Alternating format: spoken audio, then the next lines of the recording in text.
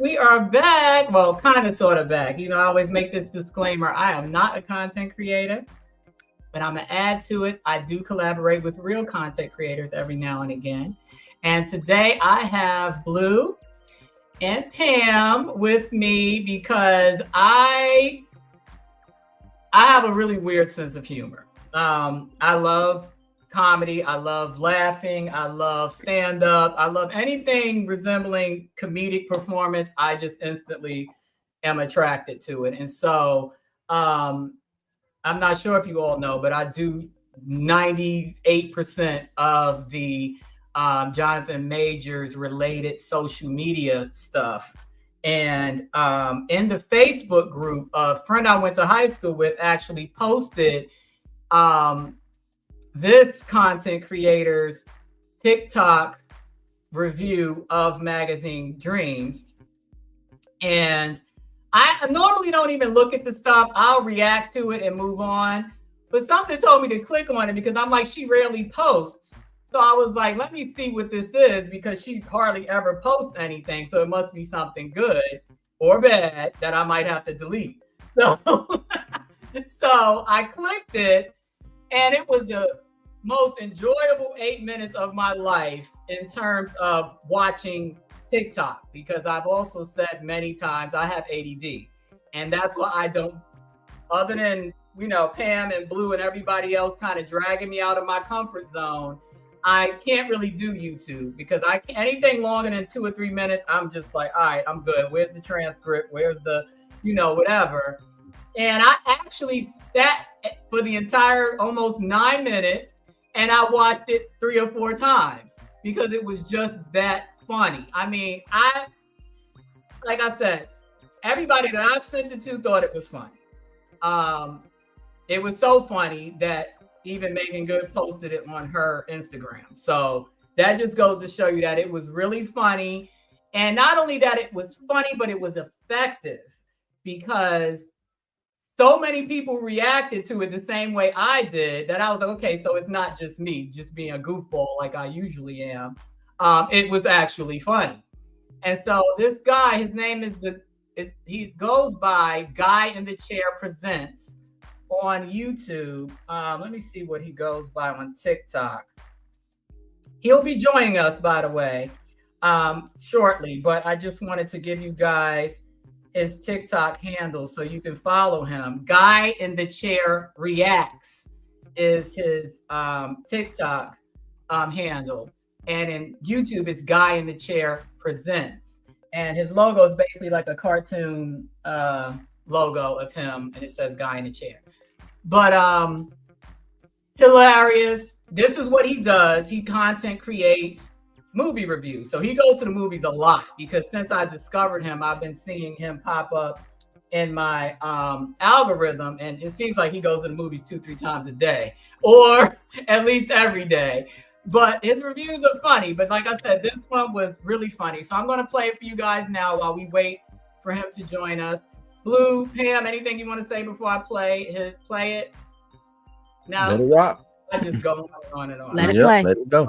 Y'all got to cut me off because I'll just keep going. You know how I do. But I'm going to play it for you guys while we wait for him to join us so you can see it. I hate to say it's so funny and then you guys are like, that wasn't that funny. But look, it was funny because like I said, everybody that saw it on our TikTok, well, Jonathan's TikTok that I run, on Megan's Instagram, and a couple of other places that I posted it, they all said the same thing. They were like, he killed it. This was totally accurate. And so yeah, let me play it for you now. Hopefully I did this right. Okay. Oh. I'm sorry, forgive me. I'm still trying to reel and take everything in that I just witnessed from this brother here in this movie. Look, this is the best way I can put it. Jonathan Majors' performance in this movie is so fucking ridiculous in all the best ways possible. You would have thought this brother was being dragged to the electric chair the day after they finished filming this thing. I mean, when I tell you this brother gave this performance his all, he left nothing. He nothing left to desire because he gave you everything he had. I mean, he left it all out there. Well, I know this movie was shown at Sundance in 2023, so the trial hadn't even happened yet. But again, you would have thought a time traveler came to that set the day before they started filming, showed Jonathan Majors the events that would occur up to now, and said, brother, you don't got much time left. You might want to give this everything you fucking got, because we don't know when we're going to see you again after these events. And Jonathan Majors, once again, gave a performance as if he was getting dragged to death row the day after filming. This performance is everything. I mean, look, I knew after watching Jonathan Majors in projects like Lovecraft County, Devotion, Creed 3, his performances as Kang, and especially his performance in The Last Black Man in San Francisco, I knew Jonathan Majors was a special talent. I knew this wasn't just another name we were going to see for a minute. I knew a superstar was being born in front of my eyes, but I promise you, this is his best performance to date. This is easily, and that's saying something, this is easily the best performance I've ever seen this brother give, and he gave his entire just presence, aura, body. He devoted his entire artistry self to this performance. I mean, for me personally, this is one of the most raw, vulnerable, powerful, emotionally driven, devoted, dedicated performances I've ever seen an actor give in my life. Like this, like from the very opening frame, I could tell this brother was about to deliver a performance unlike any other. It's like he almost truly knew we might not see him for a hot second after this movie. I'm in utter disbelief because I already knew that this dude was insanely talented. I knew that this dude was an absolutely absurd actor. But this movie right here takes it to a whole never level. I mean, the acting that this brother is doing in this movie is off the charts, especially when he's not delivering dialogue. There is so much in his body language and facial expressions that is being said and communicated to the audience without saying a single word. There are even scenes where he is looking personal things up of how to be liked, how to get people to actually remember him. That is so heartbreaking, but you already know he's striving for stuff like that just by the way he's interacting with people in social situations. There's even a date scene in a diner that was completely just emotionally just like kind of awkward to watch, but at the same time just emotionally heavy, because it was just like you feel for this dude. And Jonathan Majors again dedicated his entire self to this role. And there's nothing that really completes me more as a moviegoer than seeing somebody completely devote themselves to their artistry and just completely just fill it with passion. There's so much passion. There's so much vulnerability here. There's just so much that Jonathan Majors is really trying to reach and do that you can appreciate as an audience member. And as you're watching, and it does get hard to watch at times, you can't help but keep your eyes on the screen because the brother is really rocking going at. There are some supporting characters in this movie as well that are doing an absolutely phenomenal job acting with Majors and just feeding off of everything he's giving them. I mean, Haley Bennett in this diner date scene was completely phenomenal. I loved her facial expressions and her reactions to everything he was saying, and I loved how passionately Majors was saying it, just giving out his goals and everything he wants in life. And then there's this scene with the therapist that he has to see on a weekly basis, or maybe like a bi-weekly basis. There is one scene in particular where she literally just has to accept the things that he is saying, and yet behind her face she knows she's being lied to. She knows he's not being truthful, and yet she just has to sit there because she doesn't want to say anything that'll make him go off, because his roid rages are different. This boy's roid rages are absolutely insane. I mean, the acting in this movie is one of one. It's one of a kind. It's a performance. It's like one of those performances that truly should go down in the Hall of Fame of one of the best performances ever, but it might just get overshadowed because of all the shit going on. But I'm telling you, this brother Jonathan Majors, like if we have an opportunity to continue to see him, which I do think we will at some point in time, I just think he's too talented to really be held down. I just think brother need a break for a while and just needs to cool out. But like, I really think this brother's too talented to be held down. I do. Like there's no way. There's no way. And if this is the last performance that I am going to see of Jonathan Majors for a while, thank you, bro. Because you gave me the best one out of your entire filmography. And it's fucking fantastic. But this one right here, my guy, you fucking killed it. There's a quote in Blue Eye Samurai that says, an artist gives all they have to the art, their whole. Your strengths and deficiencies, your shames and your loves. Jonathan Majors overdid that.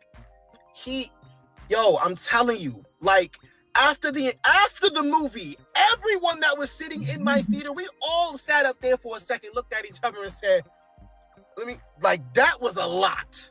That was a lot in the best way possible. We were all completely just shell-shocked.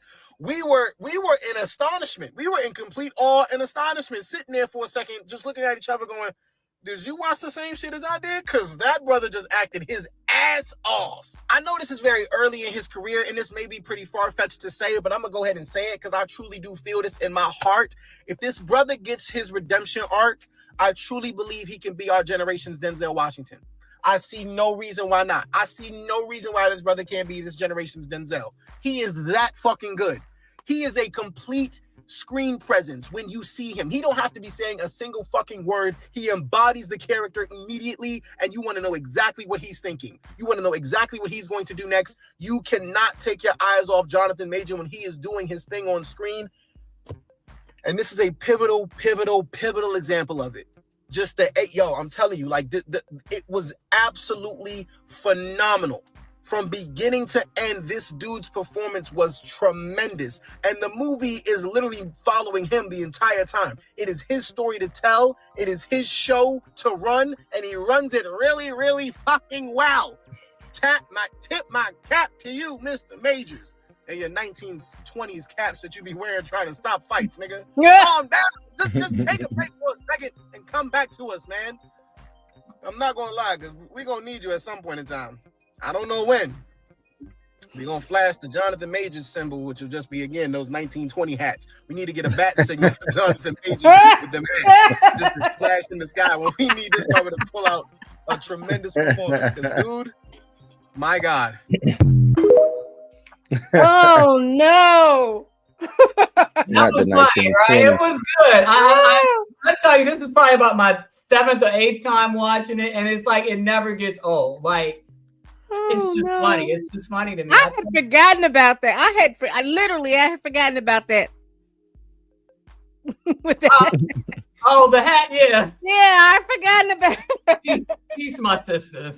Stay cool. But the newspaper boy caps that he wears. Oh Lord, I forgot about that. Have somebody design a beacon for that. That would be funny. But yeah, that would be hilarious. So Blue, I guess this is like technically your first full time watching it. What'd you think? No, it was a good review. It was funny. I like that it mixed the humor with the seriousness, and trying to promote it the best way possible. That was dope. I like that. And it seemed like he really, really enjoyed the film too. I like that he really enjoyed the film. But yeah. I agree with him. I actually think he. Oh, my bad, Pam. You go ahead. Oh no, I'm fine. Oh no, I was just saying. I honestly think he might be a better talent than Denzel. Oh, absolutely. And I mean, when I tell you, Denzel was my daddy, all middle school, high school. He older than my mom, and I was like, listen. Okay, Denzel, 1990s Denzel, you couldn't tell me nothing. Mo Better Blues, Malcolm X. What were the other movies that I didn't like? Devil in a Blue Dress. Mighty Quinn. Yeah, Devil in a Blue Dress. Whatever. Devil in a Blue Dress. Man. He had a whole lot. He had a whole host of. He had a whole host of videos. So much. I mean, just gorgeous. Just everything. He was just everything. And the walk, the way he walked. I'm from New York, so that accent, everything, just the swag was just like just clean, and everything he did, he embodied the role. Like, he was always the hero in every movie to some extent, right? A Soldier Story. Pelican But when Brief. he did Pelican Brief, right? Mhm. When he did, and actually, funny story that you mentioned that. So when Pelican Brief came out, I want to say, had I already started? Okay, he's here. Give me 1 second. I want to say, hey, Hi, how are you guys? good. Give me 1 Hi. second. I was finishing a thought. I got ADD real bad. I was in college studying law. Like, that was my initial plan, and then I just kind of went elsewhere. But I read a lot of John Grisham books. And so when the movie came out, I had already read the book, and I was like, oh my God, Denzel, there was not supposed to be a black character in that movie. But when I found out Denzel, I was like, yes. But that we're basically, what's your real name if you want to give it up? I'm not sure. Oh, it's Terrell. Terrell, oh yeah, it did say that. Terrell, we're talking about when you mentioned that he would be our next Denzel, and it's crazy that you said that because I told him that a year ago, a week from now. I told him, I said, you are definitely our next Denzel. And it's not even about blowing smoke up anybody's ass. It's not about, oh, I'm just going to say that because it sounds cute, or, he's feeling down right now, so I'm a biggest head up. No, that is a legitimate fact. Like, when I tell you, as much as I love Denzel, I wanted him to die so bad in Training Day. Like, I was so sick of him by the time he got shot. That's how good he was. And I never wanted him to die in a movie. So even though a lot of people saying, I said it at the time, that he only got the award for playing a stereotypical Negro, I still believe that. But that's because he played that role so well. Yeah, he still did it good, though. You believe that he was really that asshole. Like, I was like, whoa, like, not Denzel, not me wanting him to die. Like, what's going on here? But yeah, you were right about that. So I'm not going to talk because, like I said, I can go on and on and on and on and on. But I just wanted to talk to you because when we saw that review, as soon as I saw it, I was telling them earlier that a friend of mine from high school posted it, I run all the social media right now for Jonathan.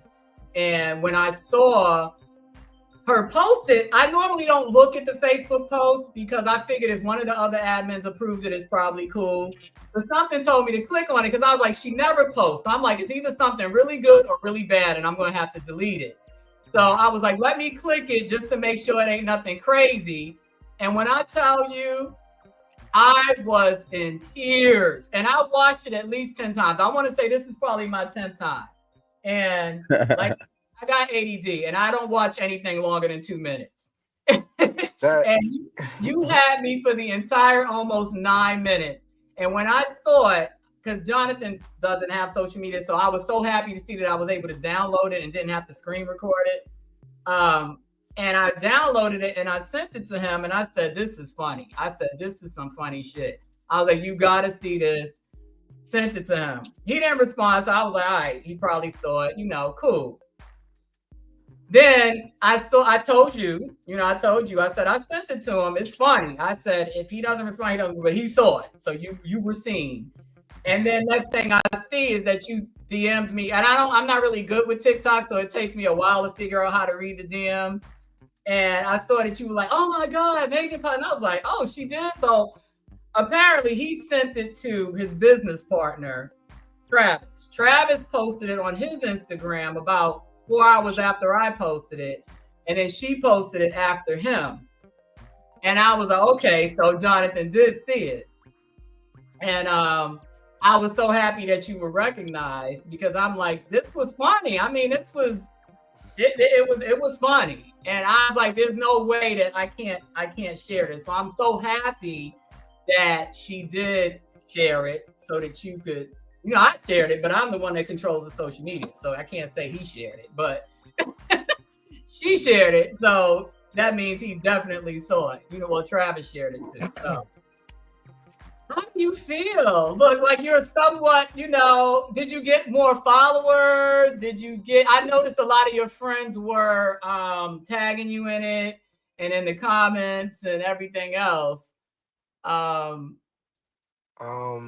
Well, first of all, you got me blushing, so I'm trying to like. It's funny, man. But no, well. First, before I answer your question, I'm extremely grateful. Like I said, thank you very much for just recognizing that, and it does make me feel good that you said like you watch it for the majority of the runtime because I know I be rambling, so I I don't know how long I be keeping people's attention, but no, that means the world to me. Thank you very much.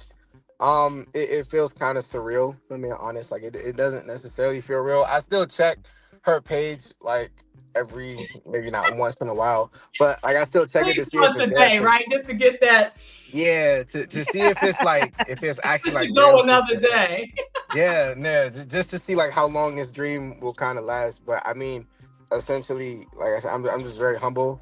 I'm very grateful. I'm just yes, I did get quite a bit of following TikTok wise. I mean, it's just steadily growing every day. So I'm very grateful for like the interactions that I get from that.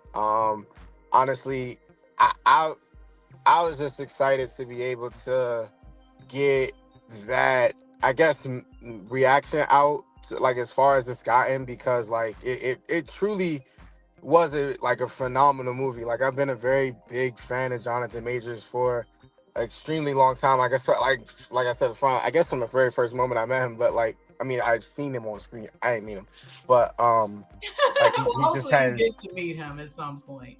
Yes, I hope so too. Just because like I I think it's been like comparing him to Denzel. I just think it's been a very long time since I've seen somebody with that kind of like demanding screen presence. The other, Mhm. the only other black actor I can think of in recent time in my mind that has that other than Denzel and Jonathan Majors is Coleman Domingo. Like Mhm. those two are like the strongest screen presences I've seen on in a very long time. Like they're very commanding, and Mhm. I think the most impressive thing about this movie is the fact that the entire thing is him. Like Mhm. I think he's in at least 99.9% of every like Mhm. scene throughout the film. And that's very hard to command attention throughout every single scene. To be Right. like very interesting, to be very engaging, to literally not be saying things in some sequences and still be saying a lot. Like literally like screaming.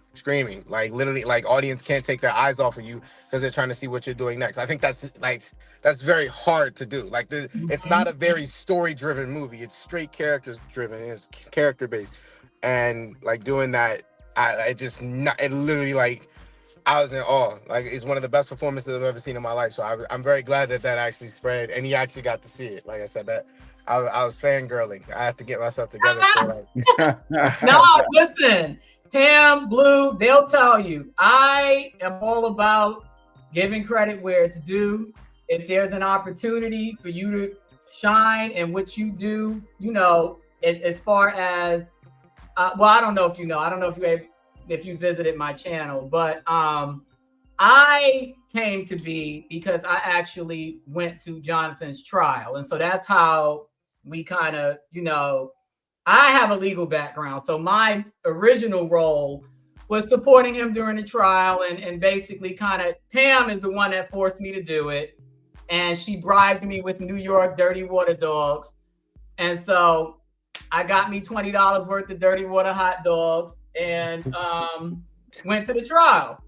And I stayed for the duration. I didn't intend to initially, but I stayed for the duration. And during the trial, to make a long story short, it ended up being that what I was reporting as a non-reporter, I just was informing people. I didn't realize that what I was posting in terms of what was going on was not what the media was posting. So then it kind of became a thing where they invited me to their respective channels to talk about what I was seeing because the media was not reporting what I was seeing. And Media then was being trash. the media was killing him. And again, I had no skin in the game. I just was basically following through on a promise to Pam, kind of dug back into my legal bag and kind of used the skills that I acquired with my education to kind of write down what I was seeing and transcribe it and post it. And, and then it just kind of turned into a thing where Pam, Blue, She Dreads Me, who's here in the comments, and a few other content creators just kind of spent the entire time during the trial and after basically defending Jonathan and just basically, so then it kind of morphed from there into what I'm doing now. Voluntarily. He didn't ask me to do it, but I felt like once I saw what they were doing, that we had to constantly try to keep a positive presence online for him so that people couldn't create their own narratives while we waited for this performance, right? Terrell. Awesome.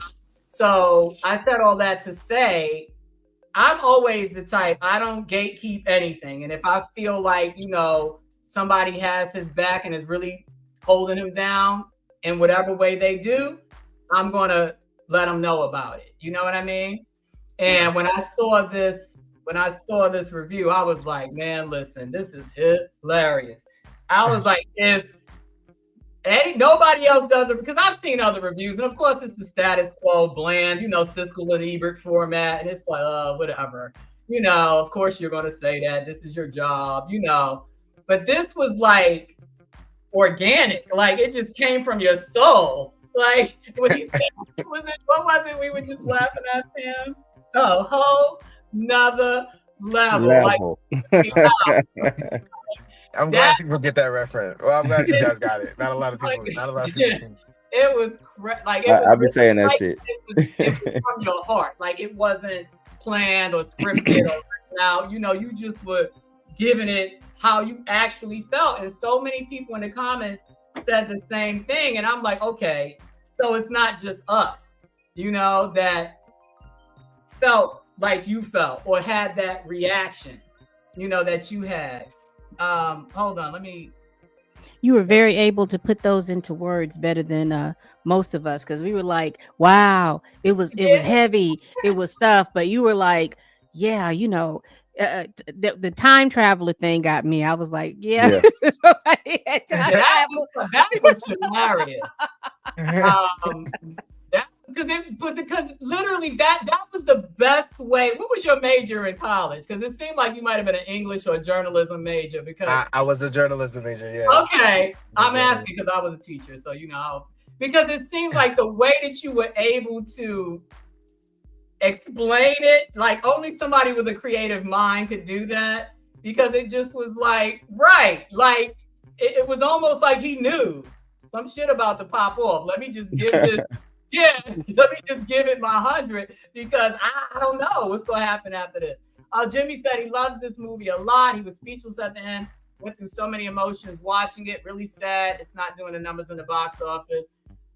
Yeah, I mean,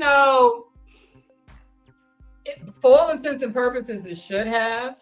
I had lamented months ago that I felt like, in full disclosure, I have a marketing degree. Like I have a business app. We learn these things in school. You probably know in journalism, everybody's taking some kind of marketing class, and nothing's changed in 100 years. You know what I mean? Not everybody's on social media. You need those TV trailers.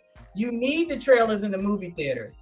You need the radio trailers or whatever they, Sirius XM, whatever. I don't listen to radio at all anymore. But you need those trailers above and beyond what you're seeing on Instagram.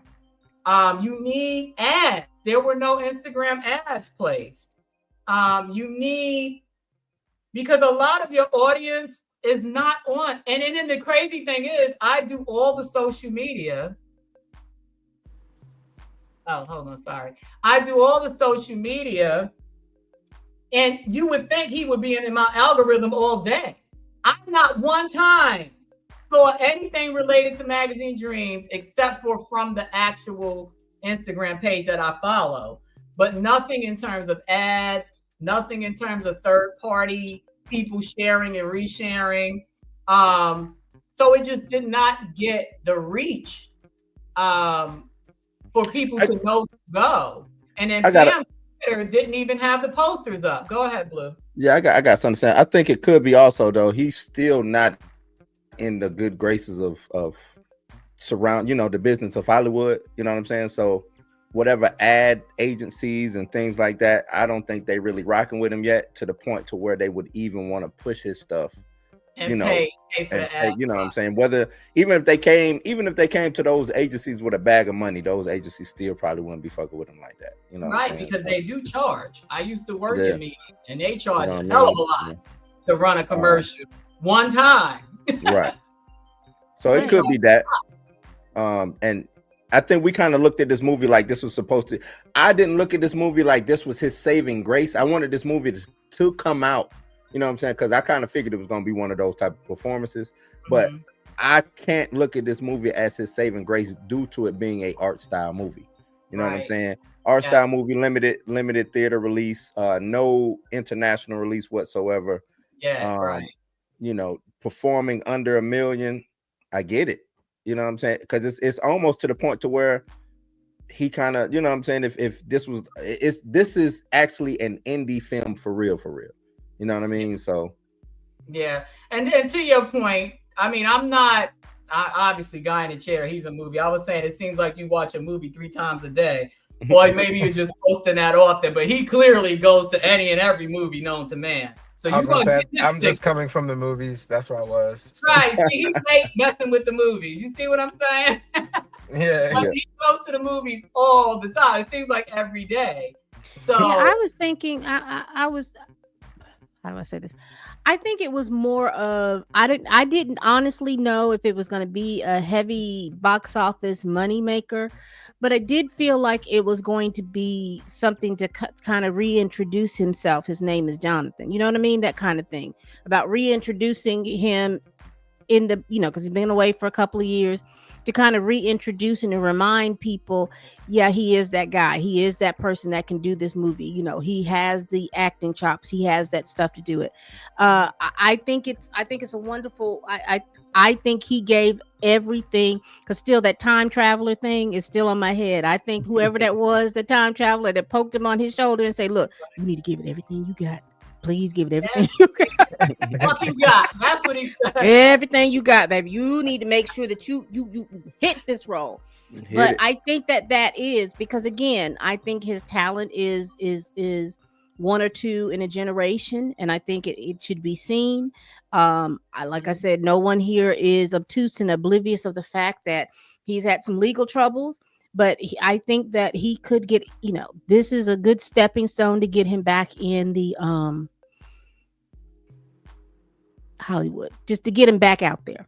Yeah, I think with this performance, I think directors and everything, I think they'll be knocking on his door to work with him. Because like I said, I don't think people are looking at this release as make or break as far as how much money it's gonna make when it comes to working with Jonathan. You know what I'm saying? Because first film back, like I said, this is truly an independent film. I mean, Briarcliff, and then you got Zeus coming in, and then I don't know if y'all know what's going on with Zeus right now and the rest of the partners.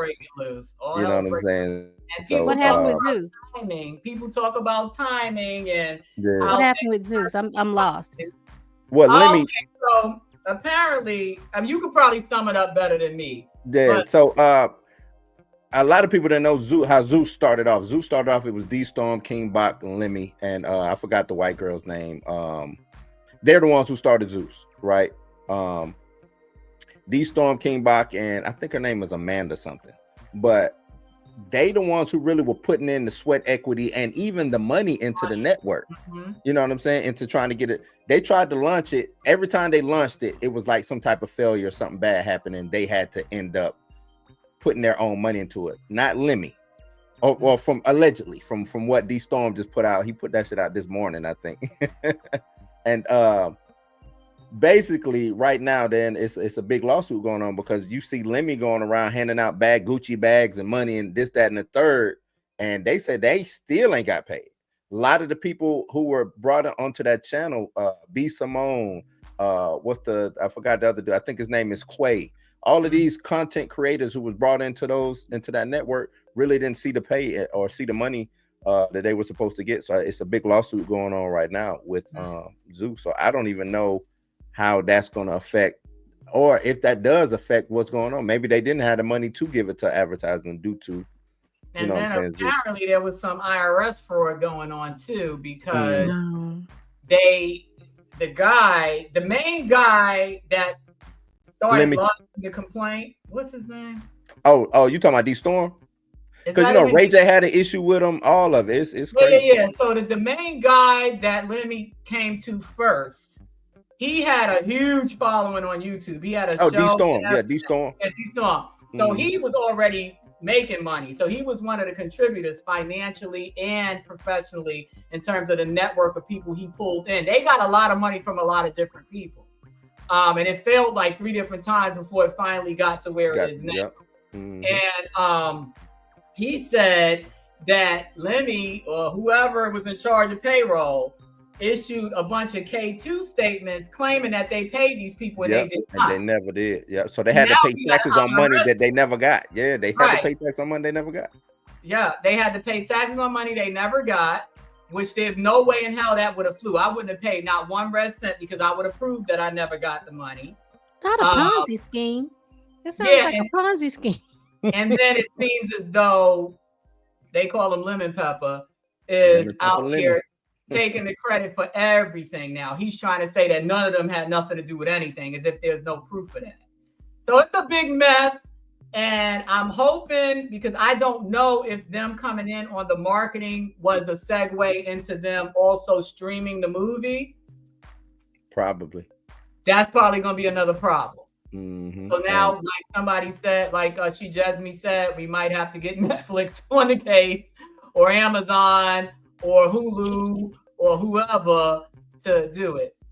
Guy in the chair, don't mind us, because you look like you like, wait a minute, I ain't come here for all that. But No, it's cool. I didn't necessarily know who Zeus is. I didn't want to make y'all feel like not. count your blessings, because Yeah. if you don't know what Zeus is, your mom did very well. Yeah, with you did. You good. or whoever raised you did an excellent job, because at my big age, I'm probably old enough to be your mom. And at my big Yeah, what it age, started out as is not what it is now. I tell you that. yeah, it's terrible. You know, they contributed to the marketing from what I understand, the marketing budget, and then the marketing budget was $2 million. So the goal was to make 1 million opening weekend. It's been 9 days. It's only made about 937. Yeah. So that, you know, that's why when I saw your review too, it kind of made me put my, you know, my try to swoop in and get some more people to go see this, Kate, because I was like, this review right here, if 1,000 people didn't see it, they're gonna see it because they saw this review. You know what I mean? So thank you for that, because I do truly believe, because I did read a lot of the comments, and a lot of them did say, oh, I'm going to see this now after seeing your review posted. So I think that, I mean, look, don't listen. You've been doing this, I don't know how long. Again, I don't know much about TikTok. I didn't know who you were before I DM'd you and told you that I thought it was funny. I don't know how long you've been doing it. I don't know, you know, what, if you get paid. Let him talk. How long you been doing it, man? How long you been doing it? I want to say this is my. I want to say I'm like almost we going on 3 years, about 3 years, yeah. Because actually, I think it's so crazy. I think one of my very first TikToks was Creed 3 with Jonathan Majors. Nice, the irony, right? It all came back full circle. I was gonna say, yeah. I actually think that was one of my very first ones for sure. So I've been doing it almost about like 3 years. And like I said, again, thank you for all that. But I do want to touch back on like the marketing aspect of it. And I think that, you know, I mean, I think lately, like, although this movie didn't necessarily reach its box office goals, I think box office has been a struggle since post-COVID for movies anyway. But I personally think like that's the beauty of movies and the beauty of film is the fact that even though they don't necessarily are huge box office success, things like this can pop off, and you know, you can, like, one reaction can spark an entire thing where other people want to go see it, and what other people, you know, essentially like bring their attention to it. So I think like that's like the kind of beautiful thing about movies and how it brings people together, like just like, you know, people actually finding out and giving it a chance and knowing like, oh, this actually is really good. So I just wanted to touch on that. But I know marketing is like, I know, of course, from a business perspective, that's the most important thing to them. So what they need is the money. But I just think like for me, doing what I do, just being able to, let people know if a movie is really good or not, and to go form their own opinion of it, and don't listen to what a bunch of other people are saying. Don't let people stop you from going to see a movie. Like, Yeah. That's what I kind of like to be able to spread in the stuff that I do. But yeah, I've been doing it for like 3 years, and it's steadily growing. I'm extremely blessed to have this platform and to be able to do what I do, because I mean, I've been watching movies my entire life. Like, it's just Yeah. I was gonna say my very first job was at a movie theater. So since I was 16, I've been at the movies every single week. They And need to have a heavy hitter package at AMC. Like for $50 a month, you can see any movie you want, however many times a day. How's that for marketing? Look, we might get you a commercial now where you can market that. that'd be $50 nice. a month, unlimited super user pass, but obviously it has blackout dates and times so that they don't get totally ripped off. But yeah, that would be perfect, because I mean, yeah, you clearly go every day. Yeah, that every week. Another review. Yeah, every week is definitely the goal. This past weekend I've been the last 3 days, so I mean, yeah, like I said, it's something I enjoy. And also, may I say, it's very nice to meet. I don't want to say Miss Pam, because I don't want to make you seem like older on social media. Thank But you. Miss Pam, I'm a it's belly. very nice to meet you. Also, Blue, I want you to know I'm one of the biggest Spider-Man fans in the world. So that poster behind you is Oh dope. yeah, Spider-Man, my dude. That's I was gonna say, that's my yeah, I'm dude. one of the There, biggest man. Spider-Man fans in the world, Doc. That's the first movie I actually ever saw in theaters. I remember Spider-Man. that. Which one? The 2002, Sam okay. Raimi Spider-Man. Sam Raimi Spider-Man. Okay. That was the Dang, first how old Spider-Man are I ever you? saw. 2002 was your first movie? Well, that's about right. My daughter was born in 2004. I was gonna say, I just turned 27. I was born in 98. Oh, Okay. I definitely be your mama. All right. Well, Yeah, but we old enough to be parents. We understand, baby. Mhm. We are parents. Yeah, we are parents, right? we are parents. I have one adult and one almost adult.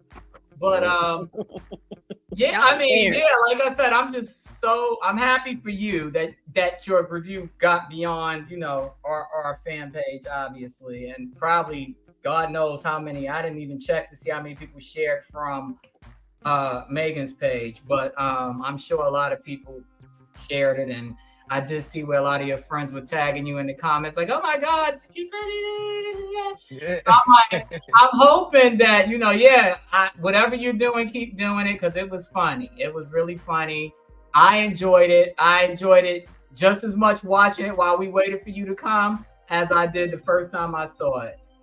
Blue had just seen it for the first time, so his reaction was more, authentic. But I mean, I still was laughing. It was funny. I mean, it was just funny. It was good. It was good. I showed it today. I was like, "This is hilarious! Like, look at this." But truly enjoyed it. Tracy Woods, thank you for the super chat. I'm not sure who it was for, but thank you from everybody. Somebody made a comment that that piqued the interest of the teacher in me.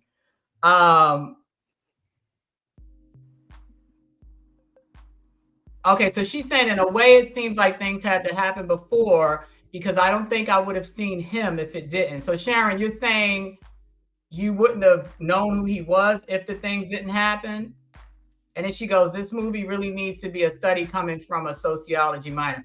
I agree, because a lot of people that saw the movie made that assessment, and Pam, I always like to bring it up, because as a public servant and as a servant leader and as a person whose love language is acts of service, I have the utmost respect for anyone in a service role from a societal standpoint.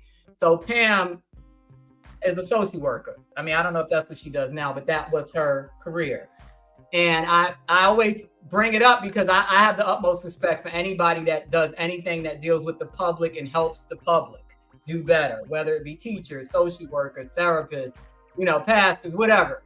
And oh, nice, Sharon. So I've heard a lot of people say that, and I agree from a professional standpoint, because this movie literally was a punch list of everything that, if one person if one person could have everything wrong with them in the world, it would be Killian Maddox.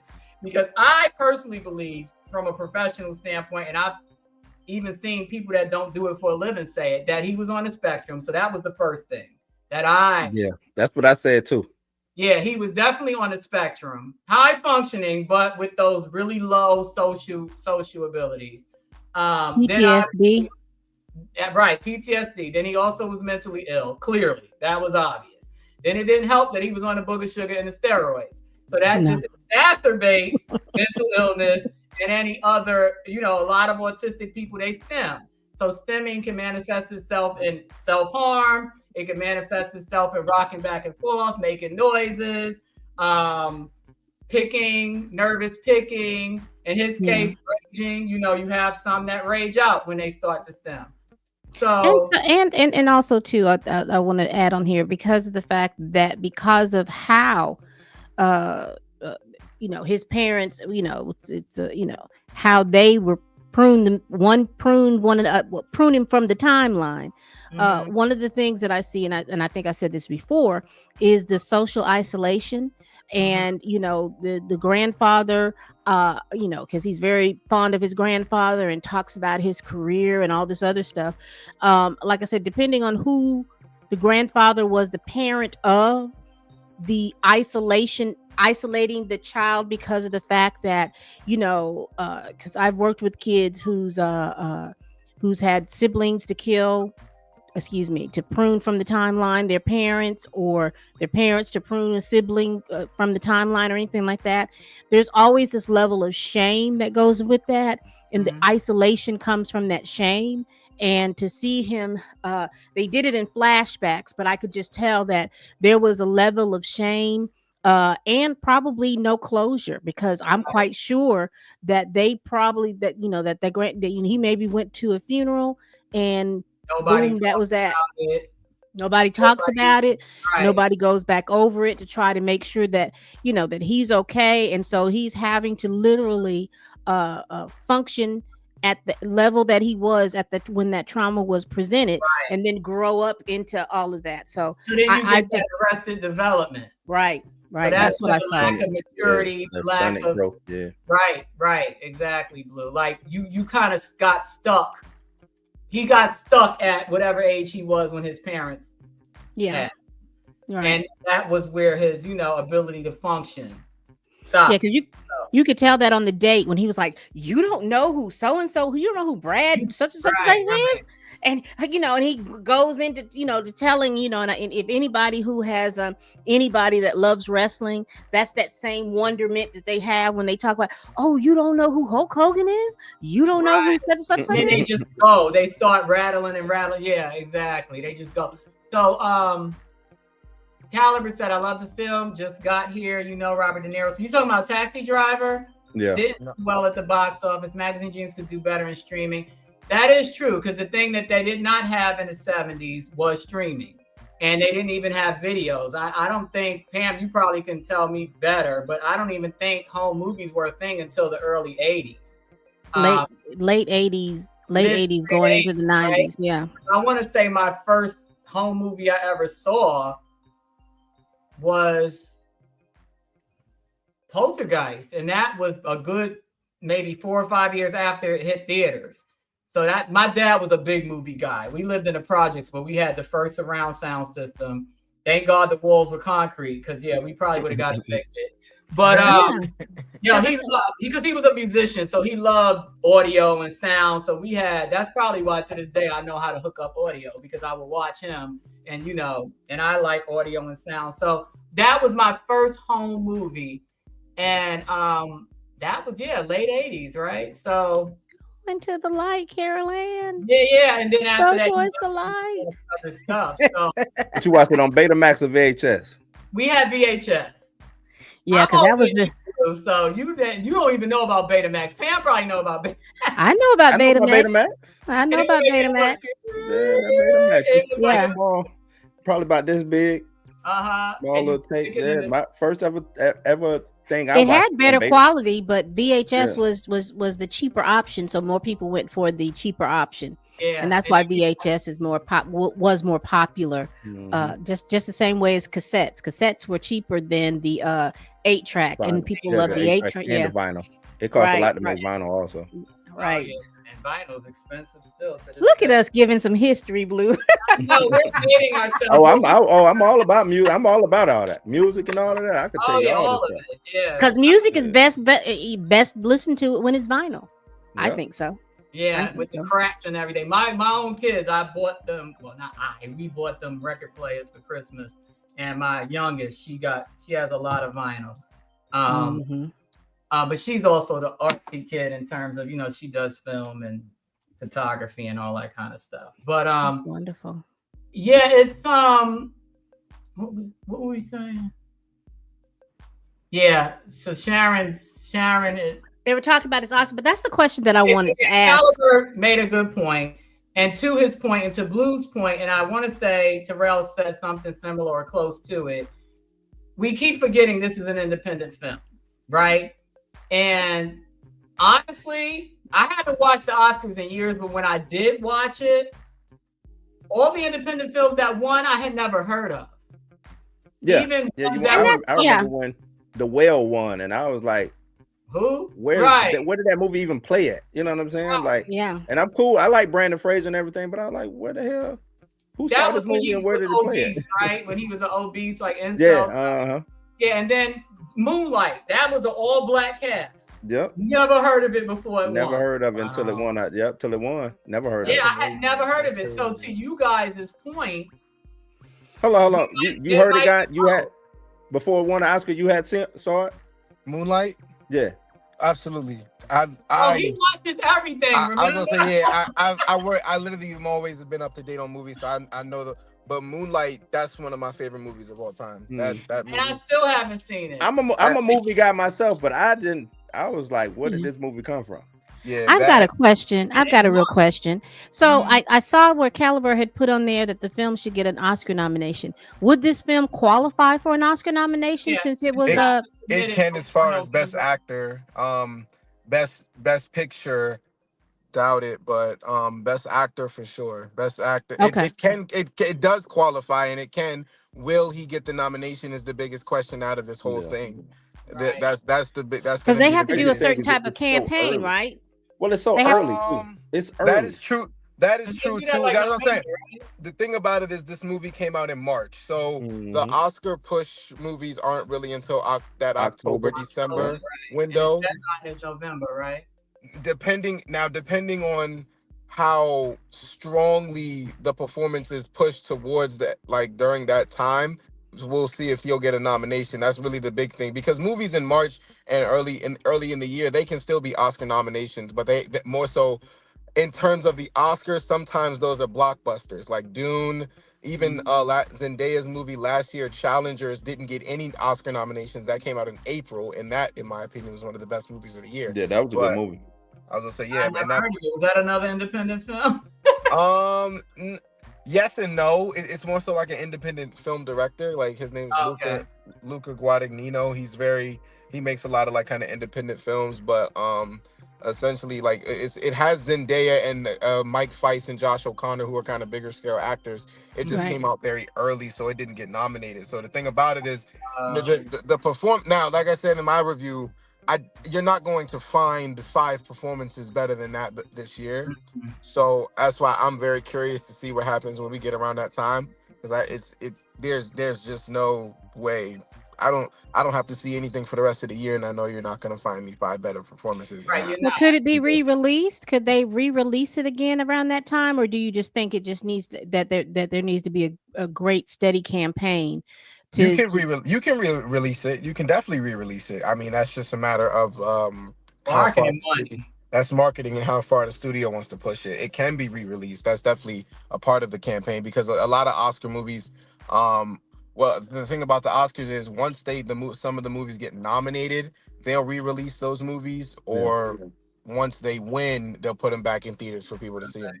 But Gotcha. A Put them screening in push theaters could might help. cost money though, right? yeah, of course, we're They just very have- far out from knowing if that will even be the case for this one.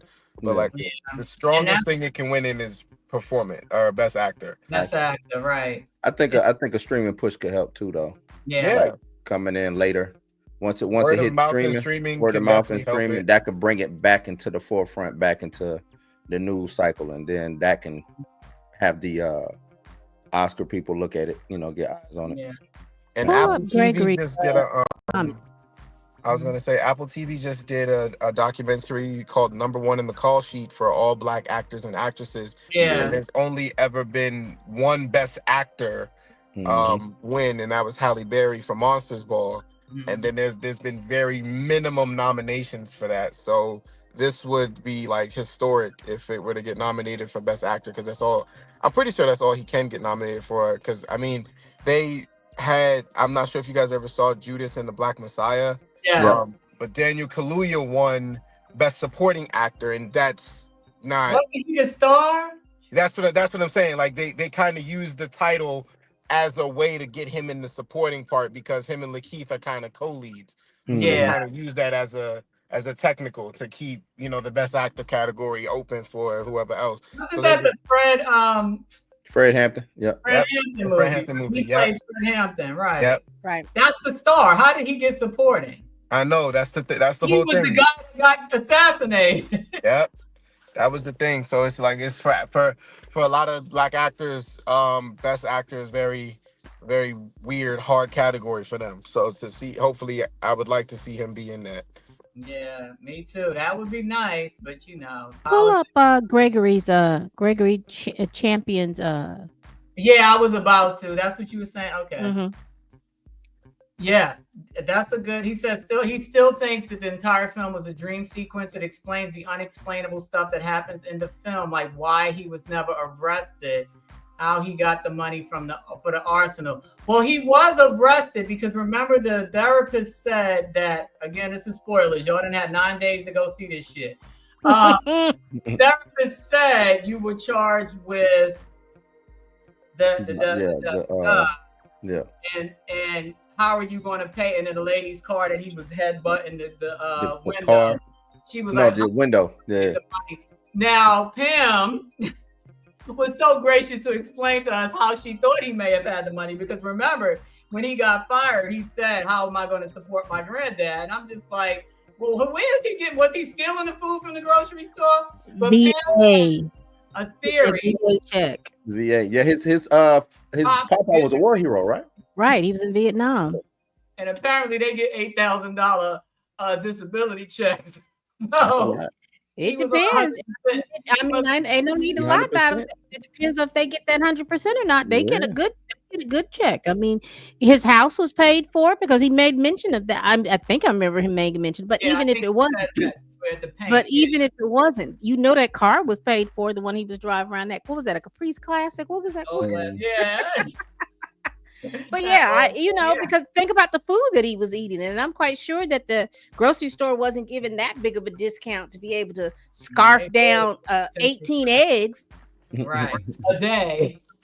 Out the chicken and rice and stuff. Yeah, he was killing it. A day, right. Right. I mean, I do agree, Gregory, though, to some extent, because obviously toward the end there was some daydreaming going on, and where he would snap himself out of it. So I do think it's a combination of what was actually happening and his imagination. I don't, the guns, I don't know, because I told Pam during our spoiler review, that whole scene pissed me off, because as a gun owner, I was tallying up how much money he was throwing away. And I'm like, ain't no way I'm throwing away $2,500 in guns. Across on the top of a train. So I don't know. That might have been, I hope that was a dream. I hope that, but I wanted to address another comment. I said, critique of Drake is interesting. I think Jonathan Majors demonstrates his talent despite the challenges. What do you think of its impact on his career? Of Magazine Dreams on his career, or the challenges? If it's a Magazine Dreams, I would say it's a positive. The movie all around, the movie is I mean, every reviewer I saw gave it a high review. I give it a high review. A lot of people got it close to perfect. You know what I'm saying? So this is not a blemish on his career. I think if anything, this highlights his career and everything that he can do. You know what I'm saying? Him being the physical actor that he is, and just the way he pervaded, you know what I'm saying, the way it came out. So I think, like I said, I think writers and directors and studios, and it might not be the biggest studios yet, but I think they come knocking on his door sooner rather than later. Oh yeah. I see Lionsgate and those type of studios. I don't know what studio is producing or working with him on this this new movie that he's been announced. that just announced. But usually Lionsgate is one of those studios that work with I call them quasi independent films, or the films that could go straight to, well, they don't even have that anymore. They don't have straight to DVD movies anymore, do they? Straight to streaming now. Straight to Straight to streaming. Okay. They maybe possibly go straight to streaming, or even if the movie was something that would come on a Netflix or something like that, it still has a high probability of being seen and being thing, because look at Aaron Pierre, how his career pushed off because of that movie that went to Netflix. Was it Mufasa? No, I know Ruby Ridge. What was the name of that movie? Rebel Ridge. Rebel Ridge. Yeah, I thought it was a TV series, so it was a movie. Yeah, it was a movie on Netflix. That put him in the spot, even though he was playing Mufasa. You know, you don't see his face in Mufasa. But Rebel Ridge really, everybody took a notice. Like, who was this guy? Kind of also, Michael B. Jordan did the movie on Amazon, where he played the Navy SEAL. Without Remorse, yeah. Stuff like that. Thing about streaming, because I think Magazine Dream is supposed to go to streaming in a week or so. The good thing about streaming, and it doesn't matter how bad the movie is, because we see that all the time. Yeah, movie could be utter basura, and it will get tens of millions of views, because the good thing about streaming is, whether they're getting it free through their cell phone plan or they actually subscribe, right? People like Terrell, and my husband, that will watch anything. But Terrell does it for a purpose. He does it with a purpose in mind. This is and even those people that didn't watch the movie because of the leak of the audio, if they've got a streaming service and it's on their streaming service, a lot of people will watch it just because they're curious about what is this movie. And that's what I was about to say. Curiosity watchers. My husband's a big curiosity watcher. Whether he finishes it, that's a different story. But just the fact that you clicked on it and got through the credits, that's giving, that's giving hits to that movie. You understand what I'm saying? I do know that they do analytics on how long or the average amount of time somebody watched it, but just clicking on it is giving it that view, just like YouTube, just like Twitter, just like everything else. If somebody clicks it, that's engagement, right? I think they have to stay clicked on it for what, 5 or 10 minutes, right? And that's enough time to get through like the credits in one scene. It takes 5 minutes just to get through in association with, produced by, directed by. By the time you get through all that and get to the first scene, you didn't watch 10 minutes of it. Assuming it won't let you skip. But I think that let me see. Yeah, it'd be nice if they re-released it, but like we're saying or alluding to, I think that if it went to streaming, it would do remarkably well, even if people don't get past 10 minutes of it, because you have a lot of people. Terrell does it for a purpose. My husband does it because he just likes watching TV all the damn time. That will just watch it because it's something different and it's the new release. You know what I mean? Let me give this a chance. If I like it, I like it. If I don't, I don't. But they'll definitely get through 10 minutes of it at least, right? To determine if they liked it.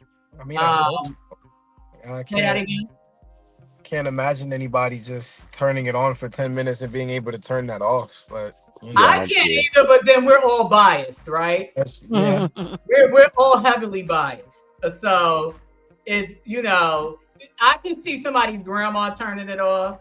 Because the first few frames he's like half naked and he's flexing and grunting and being weird, so it's like my grandmother would turn that off. So somebody that's not into physical fitness might turn it off because they're like, what's this, so I mean, it's not for everybody. It's a niche movie, right?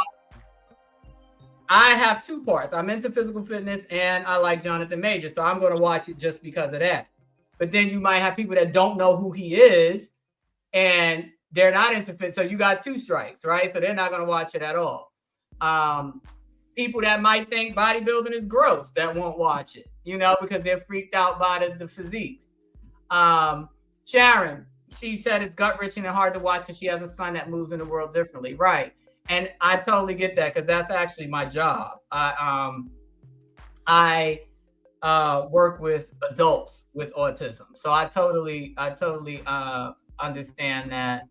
And that's part of what makes you empathize as well, and what makes it really heavy, because you see people that you know what I mean, and you wonder like, oh my God, is that what they go through or what they have gone through? And it makes you empathize even more. Right. Tisha, exactly. It and that's the thing. You have to, if you're a true moviegoer, if you're somebody that actually enjoys movies like Terrell, like Pam, like Blue, like me, just I don't enjoy them enough to watch any and every movie. But again, that's not my job. That's Terrell's job. He does it for us, so we don't have to. Yeah, exactly. But I can separate, assuming that I didn't already dislike the actor, because there are plenty of actors that I don't like and I won't watch anything they do. And it has nothing to do with their personal life. I'm just not a fan. And or I've seen them in interviews and I'm like, ew, they don't really, they don't do anything for me. So I just won't go through the movie because I'm not a fan of their work and I'm not a fan of them. And it has nothing to do with their personal life. But yeah, you're going to literally not go see a movie because of somebody's personal life. That's just stupid, especially if it's something you're actually interested in. I would think that it would peak, because don't think that your little $10, $15 ticket going to make a difference. Like, okay, I'm not going to go because he said this or he did that. Okay, and you know what I mean? Yeah, you do. And like I said, you'll have those. But again, if I'm sad to know that they didn't do an international budget, because even a $500,000 push over internationally in what, three or four European countries or whatever. I think because he's big in Brazil too, from what I understand. He's big in Brazil. So from what I read, and I skimmed it, so don't quote me on it. I don't know, Blue, if you got more information, or Pam, because y'all, again, this is what y'all do, actually pay attention to this stuff. But I did see at least a full month before release where they had gotten some distribution over in Europe. But it's for streaming. Oh, for streaming. Yeah, it's for streaming. It's for streaming. Right. Yeah, it's not, because they didn't even open. They didn't even open it up for Canada. Because I think I remember seeing Ty and Chill say they didn't open it up for Canada. If they'd open it up for Canada, I mean, Canada, maybe Mexico. Well, he was in Colombia at one time. Yeah, so, but I know that he has a good positive. I know that they like him in Brazil. If they would have opened it up into at least 2 or 3 countries. To test the waters of whether or not it's something, and maybe that's something that they can do towards Oscar nominations instead of re-releasing it in the United States. Maybe open it up in internationally. Internationally, but that's going to take money, and I mean, I'm guessing $2 million is not a lot of money, and I mean it's not, especially when it comes to advertising. Because, like I said, I mean you can spend that on one spot. Just getting somebody to air it on a case. You understand what I'm saying? It's a lot. And you hear about these Super Bowl ads and these crazy numbers just for the Super Bowl. Cut that in like an eighth, and it's still millions of dollars. Yeah. Well, streaming messed the game up. I was watching Matt Damon, and I don't know how old it was, but he was saying how, basically after a movie will come out, let's say a movie came out and it didn't reach its budget in the theaters, they would actually be looking forward to releasing it physically, because that was like another, you know what I'm saying, thing going on. So let's say I need I release it on physicals, whether it's people renting the movie or just buying the movie outright, they would make their budget back that way. You know what I'm saying? Because streaming would be like what a DVD would be like $24.99. That's almost 2 tickets, depending on what market you come from. That's almost 2 tickets right there. and Yeah. you know, streaming has Still kind of they average about $10-12. Yeah. So But streaming, we don't know what stream. At the end of the day, we don't know what streaming makes. You know what I'm Right. saying? Nobody wants to tell how much a stream is worth. That's why you hear rappers talk about it. You hear actors talk about like how much is a stream worth. I can't even really negotiate a deal because I don't know how much Netflix, you know what I'm saying, is worth, or how much Amazon is. My film gets put on these streaming sites. I don't see nothing from it. I don't know what the studio gets. Is it advertising? Are you just making money from advertising? How are you making this money? Is it subscription? Subscription is finite. I can only get so many subscriptions anyway. Right. So, you know what I'm saying? It's and just then that weird when money it is comes to split. streaming. Yeah. And what is it? It's split by how many people watch it and Yeah, how many it's- streams and stuff like that. It's Sure, it's a physical lot. copies. I think that the push should go back to making allowing people to own physical copies of something, because again, you own a physical copy What's up, of a Ty? movie. It's you know, like I said, it's $24.99 depending on what it is, $17.99 depending on what it coming. That's the cost of a ticket right there for somebody owning it. Yeah. And they can still own it, because it used to be you could buy the physical copy and then the digital copy was added into it. It was something. Yeah. Don't they still have Yeah. Redbox and stuff though? Nah, they getting rid of all the red boxes. Is gone. That's right. I It's think- people. Yeah, Once but they stopped red boxes, people started breaking into the red boxes and stealing the DVDs out of there. Yeah. that's yeah. so ignorant. I mean, Well, well, they quit. The thing is, they quit servicing them. So this machine will just be sitting there. They're not going going to to get get picked up. Yeah. So it's just DVDs. And it's basically just DVDs, free DVDs sitting inside a box. So. Yeah, exactly. What Yeah. What were you saying? What were you gonna ask?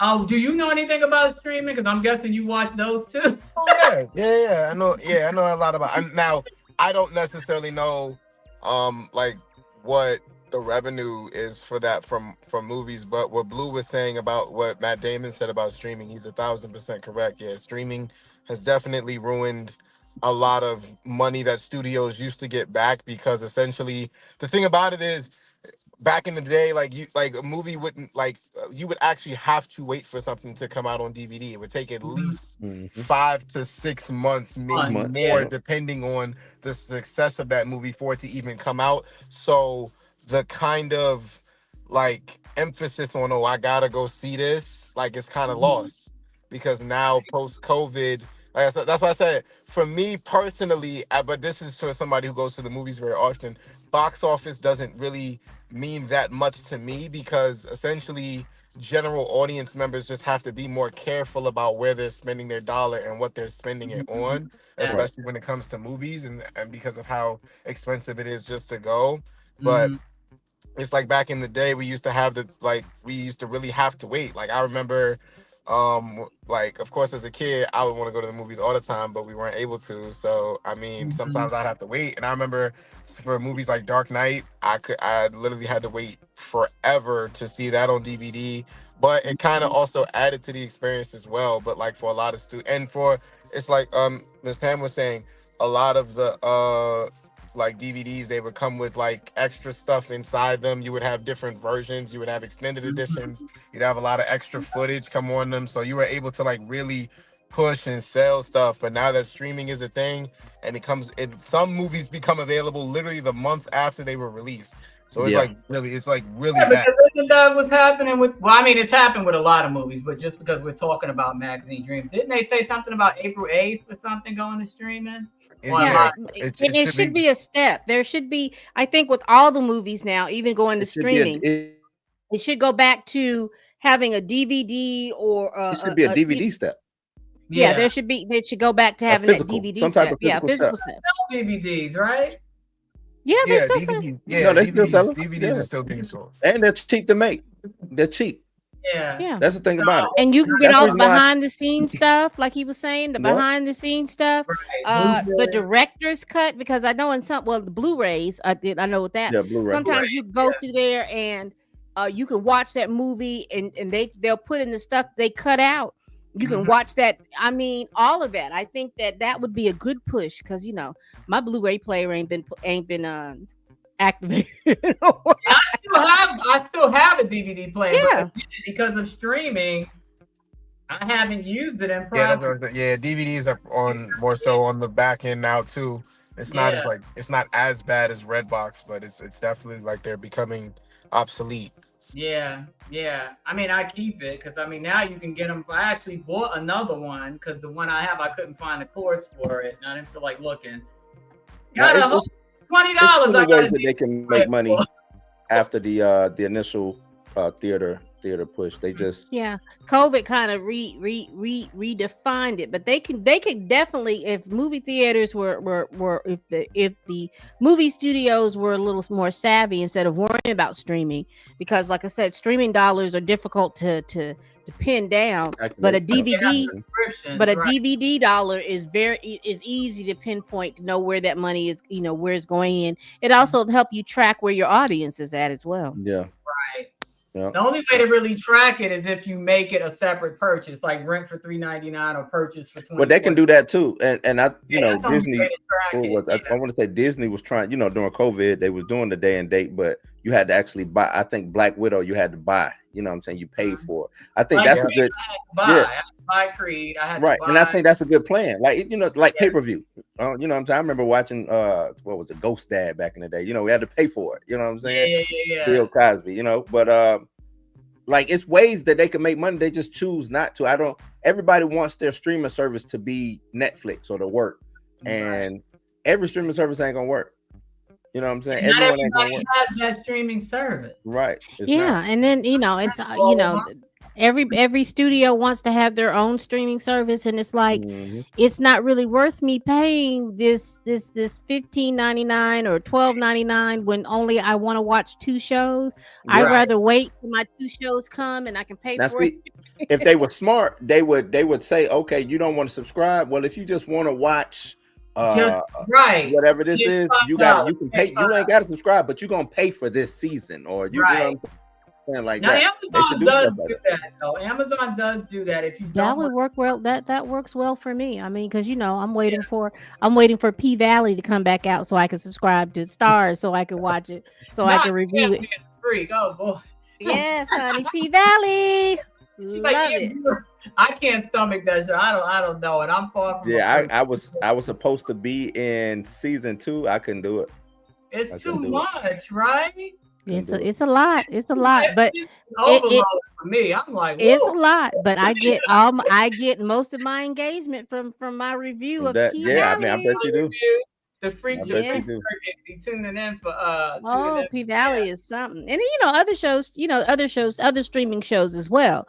I'm just saying that, all of these streaming services and all these things, I mean, it's to the point now where the internet was supposed to keep for us having to pay so much for cable, but now we're paying probably what we paid for cable or more because services. I know Terrell is, as much as he watch movies. Streaming service. I've gotten to the point. I got a system though. I pay for some, I share others. I gotta network because it's. Or I learned a way to dupe the system because I always wait till around Black Friday because, like for instance, Hulu always offers $1.99 a month for a year, and then they'll throw in Disney Plus. So I wait till every November, and then I do that. But then when it tries to go up, I threaten to cancel, and then they give me back the same price. So I do that with all of them. I threaten to cancel at least 2 different times. I used to do that with cable. That's how I used to do the same thing with cable. Yeah. Caliber. It depends on. It's a lot. I mean, their ability to stomach a lot of. There are a lot of themes that are going on in that P second Valley. season just jumped the shark. I ain't like they brought in like Ghost and all that. I was like, what is going? Yeah, it's a lot. It's from Power. No, like literal Ghost. Like that had to go with superstitions. They're down in the Delta. They're real down in the Delta. They're real down in the Delta. So you're gonna have to get the voodoo aspect. You're gonna get all of that because people are believing in all of that kind of stuff. Like I said, it's heavy. P Valley is one of those things that if there's any situation that they bring it all out. They bring a lot of stuff out. It's basically porn. I mean, know. Yeah, it You did got turn into that. situations, yeah, you got situations with mothers and the dynamic between mothers and daughters. You've got the dynamic between dancers and what do they call the people that enjoyed going strip clubs? It's not Johns, is it? What do they No, call the men that they enjoy to go to just strip like clubs? going to the strip club. Mark? Just going to the strip club. Yeah, just like going. There's some homosexuality, there's a lot of Oh, eroticism, there's a so lot of murder. It's a yeah, whole lot of It's a stuff lot. going on with Van They Valley. the feds need to Gang, show up in that town and see what's going on, because yeah. it's a lot going on for that little small Corrupt country town. It politicians. is a It's lot a whole going lot on. going on. it's a And if lot. that It's just a lot. it's a lot. It's Mhm. more of the ghost aspect of it. Caliber was the fact, I think, is more guilt. There was a high level of guilt going on in some situations, and this is where the ghosts were manifesting themselves and stuff like that. So I'm it's surprised a taking lot. so long to come back. It's been what, 2 I years? don't know now, ain't what it's been almost it? Going on 2 3. years? Can't come up with nothing else to do. They didn't do it all out there. Yeah. What's Yeah, wrong with this would probably be like the last season because of the fact that, yeah, like you said, Ghost, it's taken too long. Even from the first season to the second season took a long time. But I can tell you the one show that I would love for them to bring back just so that we could have some closure is Lovecraft Country. Yes, Yeah, Pharrell, most you've definitely. seen Lovecraft Country. You mentioned it in That, your yeah, that yeah. I just found out it was called Lovecraft. It was called I just found out it was called Lovecraft Country because I've been calling it Lovecraft County. Well, no, in your defense, because somebody called themselves nitpicking, and I'm like, can you just watch the damn review? Like, who sits there and watch all that funny shit and finds that one misspoken word and ruins the whole damn joke? So, in your defense, and you know, because you've seen it, they did start out in a county called Devon. So, I literally thought like the entire time that's what it was called, and everybody was correcting me at first. I'm like, "What are y'all talking about? No, it's not called that." But then I thought I was wrong. But no, I think that's the first project I saw Jonathan Majors in because I love Journey Smollett, and like I saw him in that, and I was like, "Yo, who is this? Like, this brother needs to be in everything." Yeah. it was good, and he had done stuff even before that, but that show, I think He was on a run. He was on the run. Lovecraft Country, Harder They Fall. What's the joint? Devotion. Yeah, the Five Blood. Gully. Yeah, He he did was all on the that in run. the span of like 2 years. Gully, He was on the White run. Boy Rick. Oh yeah, White Boy Rick. Only I haven't movie seen that that one. I did not That's like so was that one. I can never remember the name because I didn't like it. I'm sorry, Jonathan, but I didn't like it. But What you was it weren't about? a star, so that's fine. Devotion. No, the one where they were in Chicago was kind of like a dystopian type, aliens and cops, and what the hell was that movie called? It took place in Chicago, and it was almost like the end of the world. I don't even know because it was aggravating me so bad. Let me see if I can find it. Yup. So I guess y'all never saw it. Oh wow, that's a throwback. It's called Captive State. Captive State. That's crazy. I completely forgot about that movie. I didn't like it. I mean, he was okay. So in Jonathan's defense, he was not the star. He was not in the entire movie. So he was not carrying the movie. Captive State, huh? Did I see? I didn't even know he was in. I didn't even know he was in that movie. That's insane. It's right. It's the other actor the guy that I said is the same person in every movie. Pam Ashton. Was that him in that movie? He's actually. It's the kid from. I think the kid from Moonlight. Moonlight is From in that movie. Wu-Tang. Yeah, him. He's the same guy in every movie. He was the star of the movie, and Jonathan played his brother. But Jonathan doesn't show up in the movie till a good 45 minutes in. But yeah, that was one movie I just did not like, and it has nothing to do with Jonathan. I just didn't like. haven't seen that one. I have. I know what this is. Okay. I haven't seen this it, one. but I remember the trailer for it. The trailer, yeah. So it has nothing to do with him because again, he wasn't the star of the movie, so he had no responsibility to carry the movie. It just sucked. John But Goodman. yeah, all of that was around that same time. Remember? Did you see what is it? Blue into the Which one? the one where he played a college professor and his girlfriend got murdered and they thought it was him that did it. He starred in that. That was on TV, wasn't it?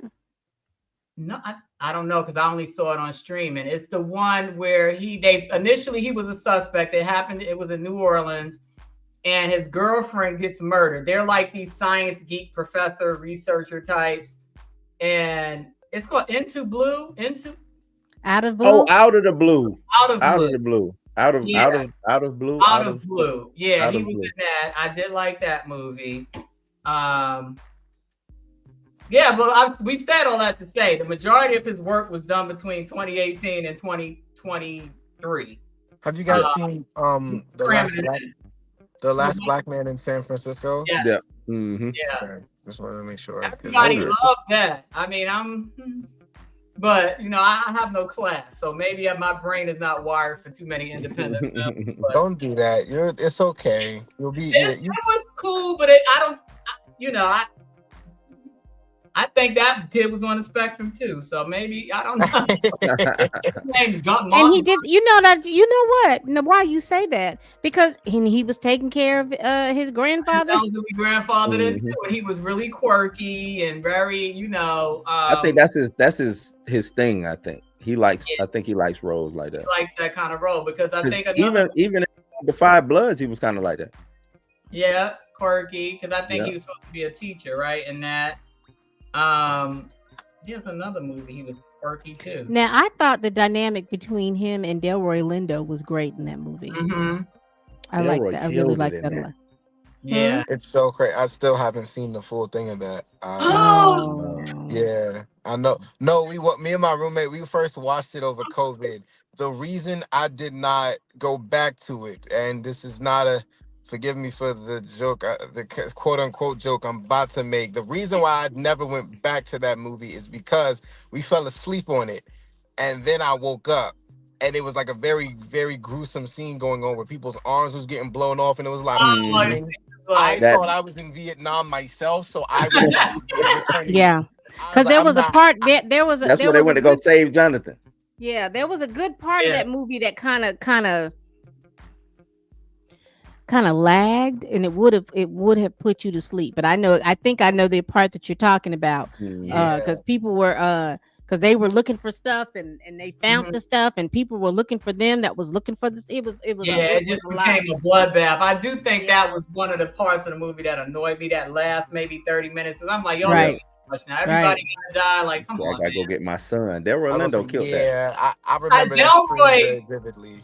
And I very rarely want Delroy to die either. But in that movie, I was like, yeah, light his ass up because he is. No, what? Delroy was killed. I like that scene where he was walking through the bush by himself. So toxic. And I get it. He's a Vietnam vet. He had issues. Was a Vietnam vet. Yeah. I get it. The mental illness with that is just unimaginable. But his character was just a horrible person. Like he was mean to the locals. He was mean to his son. He said some real nasty stuff to his own son. Just a horrible person. I was like, pack his ass up. He is getting on my nerves real bad. So that was one role that I actually was like, well, I will give his character grace because his character did something that he had to live with for a very, very long time, and I don't think a lot of people knew. Well, we could spoil it. The shit is 5 years old. He accidentally killed the character. Yeah, he killed Chadwick character. Yeah. So he was having to deal with that and all kinds of other things, and he hadn't told nobody neither. Nobody knew. He didn't tell anybody. Yeah, and everybody just thought not a soul. Mm-hmm. So I'm gonna hold that in, and then he was not think HBO caved. They tried to blame Misha Green, but I think they caved because it was too smart. They don't want us having smart TV. Yeah, they want us to. Well, they did the same thing. What was the name of that show with Regina King in it? And they didn't do a second season, and everyone talked about it was good. That it could have had a second. Watchmen? The Watchmen, yeah. I think that was that time because and that was during the time again. That's like COVID, either pre-COVID or right around in COVID. So all of those types of shows like you said, that they were smart, they were captivating, and they were also showing what people have always tried to say was that, oh well, black actors can't carry or hold a thing, but that's not true, Not at all. because Lovecraft Country. Man, listen, when I say it took me a long time to watch it, that same person that shared Terrell's review, I would see y'all talking about it. I'm like, what is the big deal with this show? And then I kind of looked up a synopsis. I'm like, nah, I like science fiction, but I'm more like the Twilight Zone science fiction. Yeah. I'm not into like the vampires and the Monsters, boogeyman type stuff. You I gotta like do better, Danny. yeah, huh? I said you Gotta gotta do do better. better. You You're gotta do missing better. out. No, I'm You're not missing into, out. like Star You're missing Trek out. type stuff. Like I need like psychological type You're missing uh, out. You're science missing fiction. out. You're missing out. Because Lovecraft Country, the feeling that I got was like the same feeling that I got like the first season of Scandal. It was something about that feeling, how it just made you feel. That's I not love it. Lovecraft. I've seen it about 7-8 times. Yeah, I'm saying that's at the that same feeling time, that it I had. didn't watch it. I Because was so many people were talking about it and stuff like that. That feeling like, ooh, we had like a little kinship. It was like, you know, yeah. with Scandal, it was like Thursday on Facebook was hot. It was hot. It was Yeah, crazy. yeah. Hot. Hot. But Scandal had these streets on fire. Now it did. it was hot. And that's the way it was with Lovecraft Country on YouTube. I mean, everybody, all the people that I follow, most of the people that I follow that does reviews, it was because I watched them on Lovecraft Country. Mhm.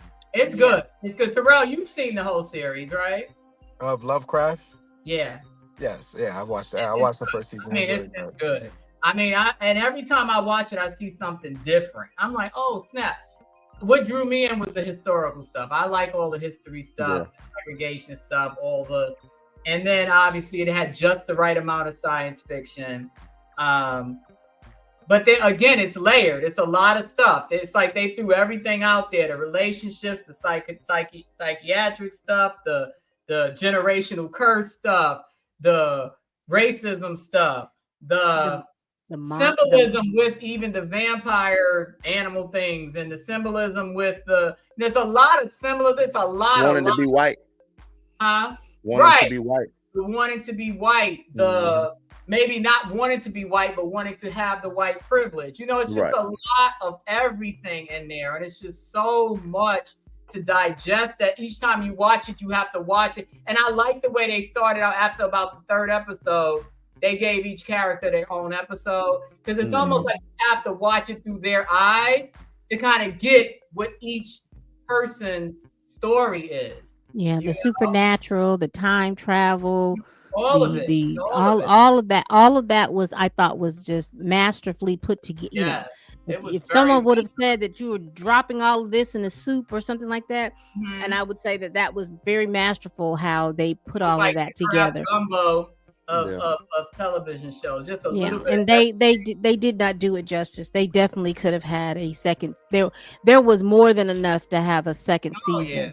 More than enough to have a second season. Say that because you couldn't really tell. And if you think about it, Christina never got the everlasting life because she eventually was killed, right?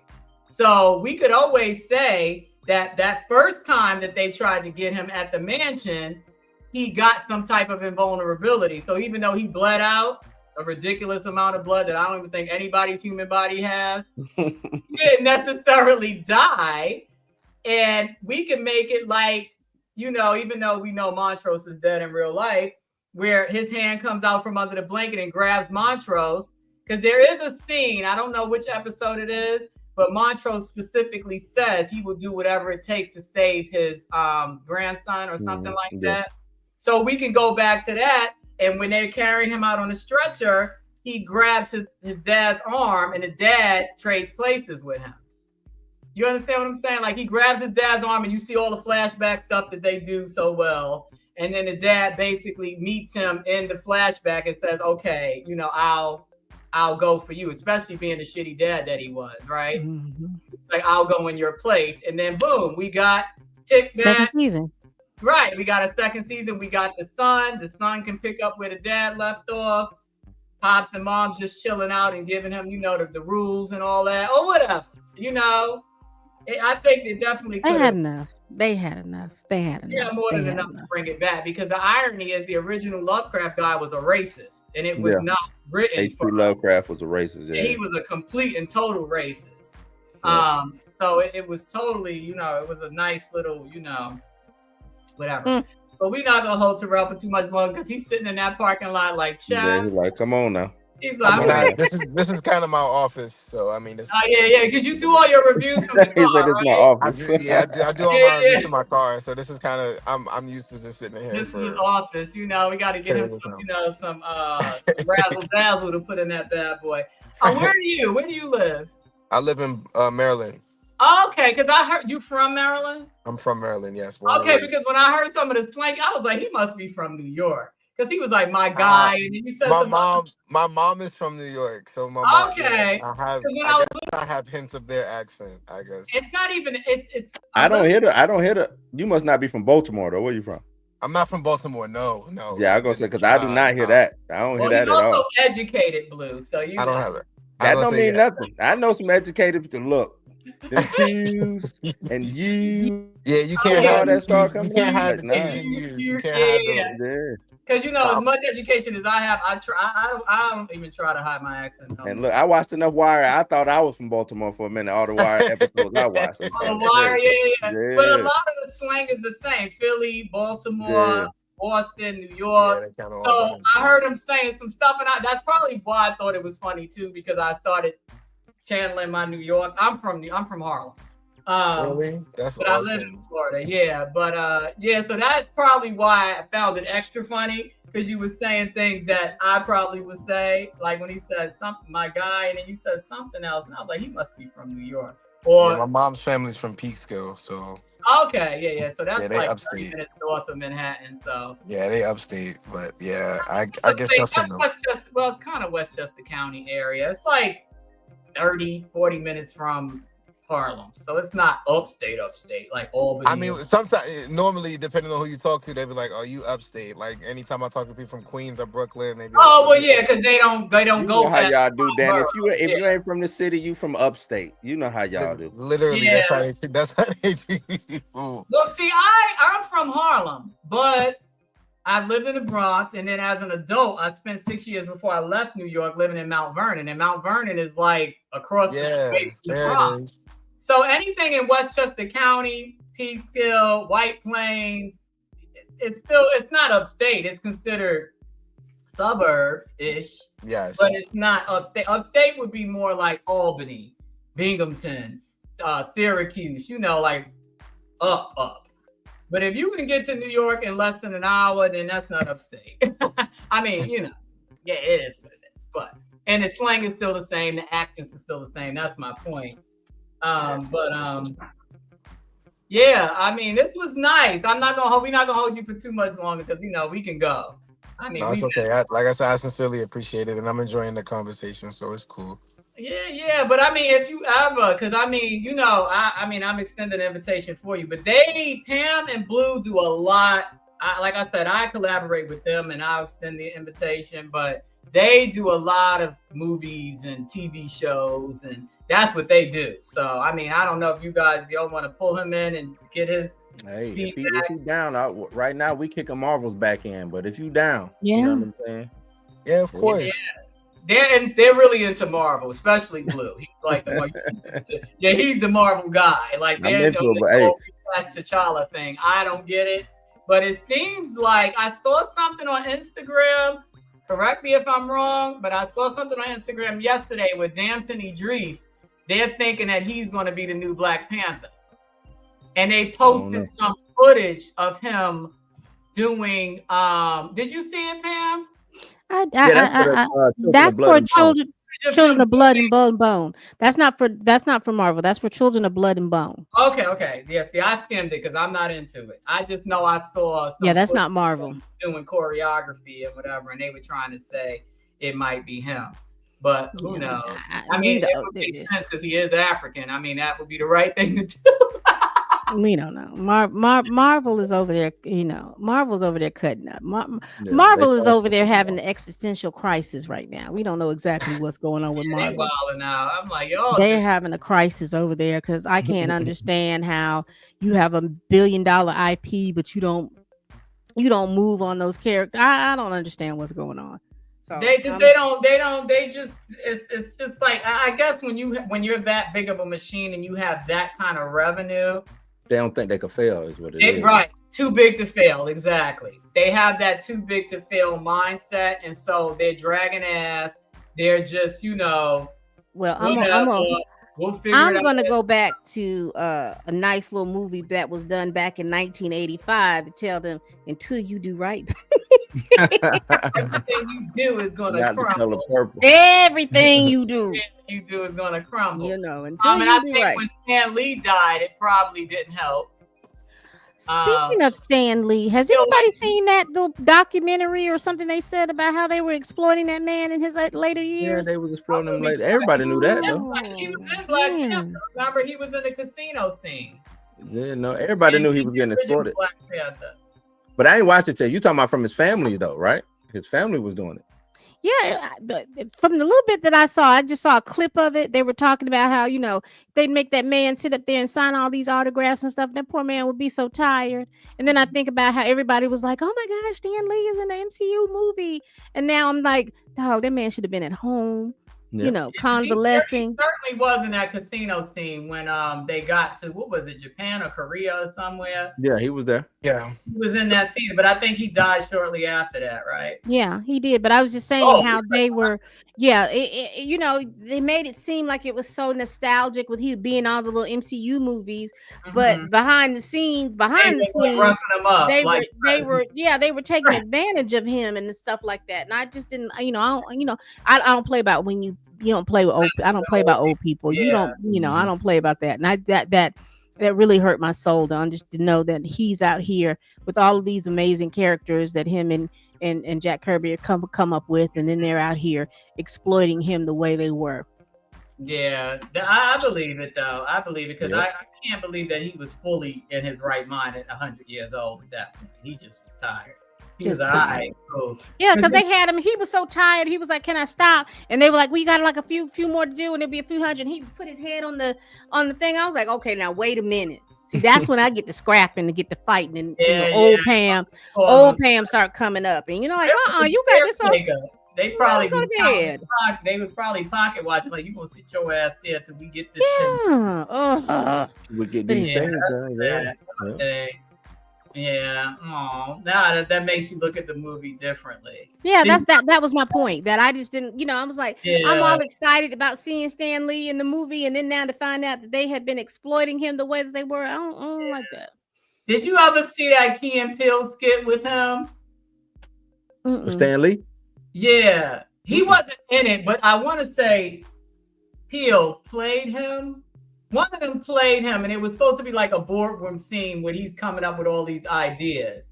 And then it turns out that they didn't want none of his ideas. I gotta send you this skit. It's hilarious. But this was way before, I think it was before Black Panther ever came. It might have been after Black Panther came out, because I think that was the whole point of the joke. Have you ever seen Key and Peele? Yes, I absolutely adore that show. Did you see that skit? I haven't seen that particular skit. The way that one, I mean, Key and Peele kind of like, there's like a variety of them the way they show it. It's like it's not as easy to locate as a Chappelle show skit, but yeah. It was funny. You know he like Key and Peele. He did the whole never. Yeah, that's exactly. I love Key and Peele. I'm gonna try to put it in the chat before we go. Let me see if I can find it.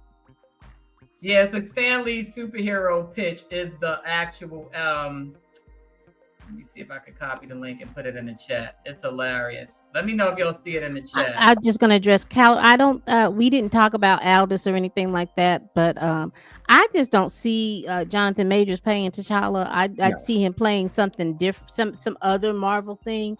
But I've heard a lot of you all, because I'm not a DC fan, but I have watched a lot. I do like the Batman, Superman, and DC stuff on HBO Max. I just think possibly that if he could get into the DC universe somewhere in there. I think that he'll there's a kill it. role That's what I'm in the hoping for. That's what Yeah.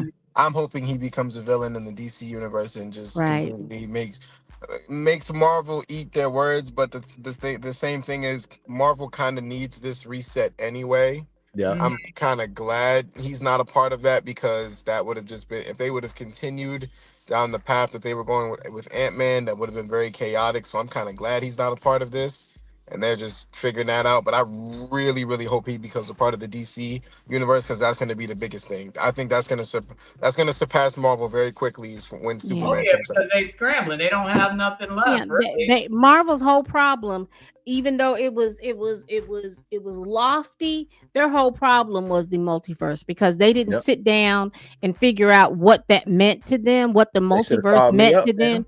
They They should should have have called called me you up. up, but they didn't sit down and figure that out. And so now, I'm big on character development, and I think that they should have spent more of their cachet on developing these different characters, so that when you do have this little doomsday situation, you would have had more characters developed. Mhm. And I think that they did not use the resources that they had. You had Disney Plus to be able to pull these characters up and to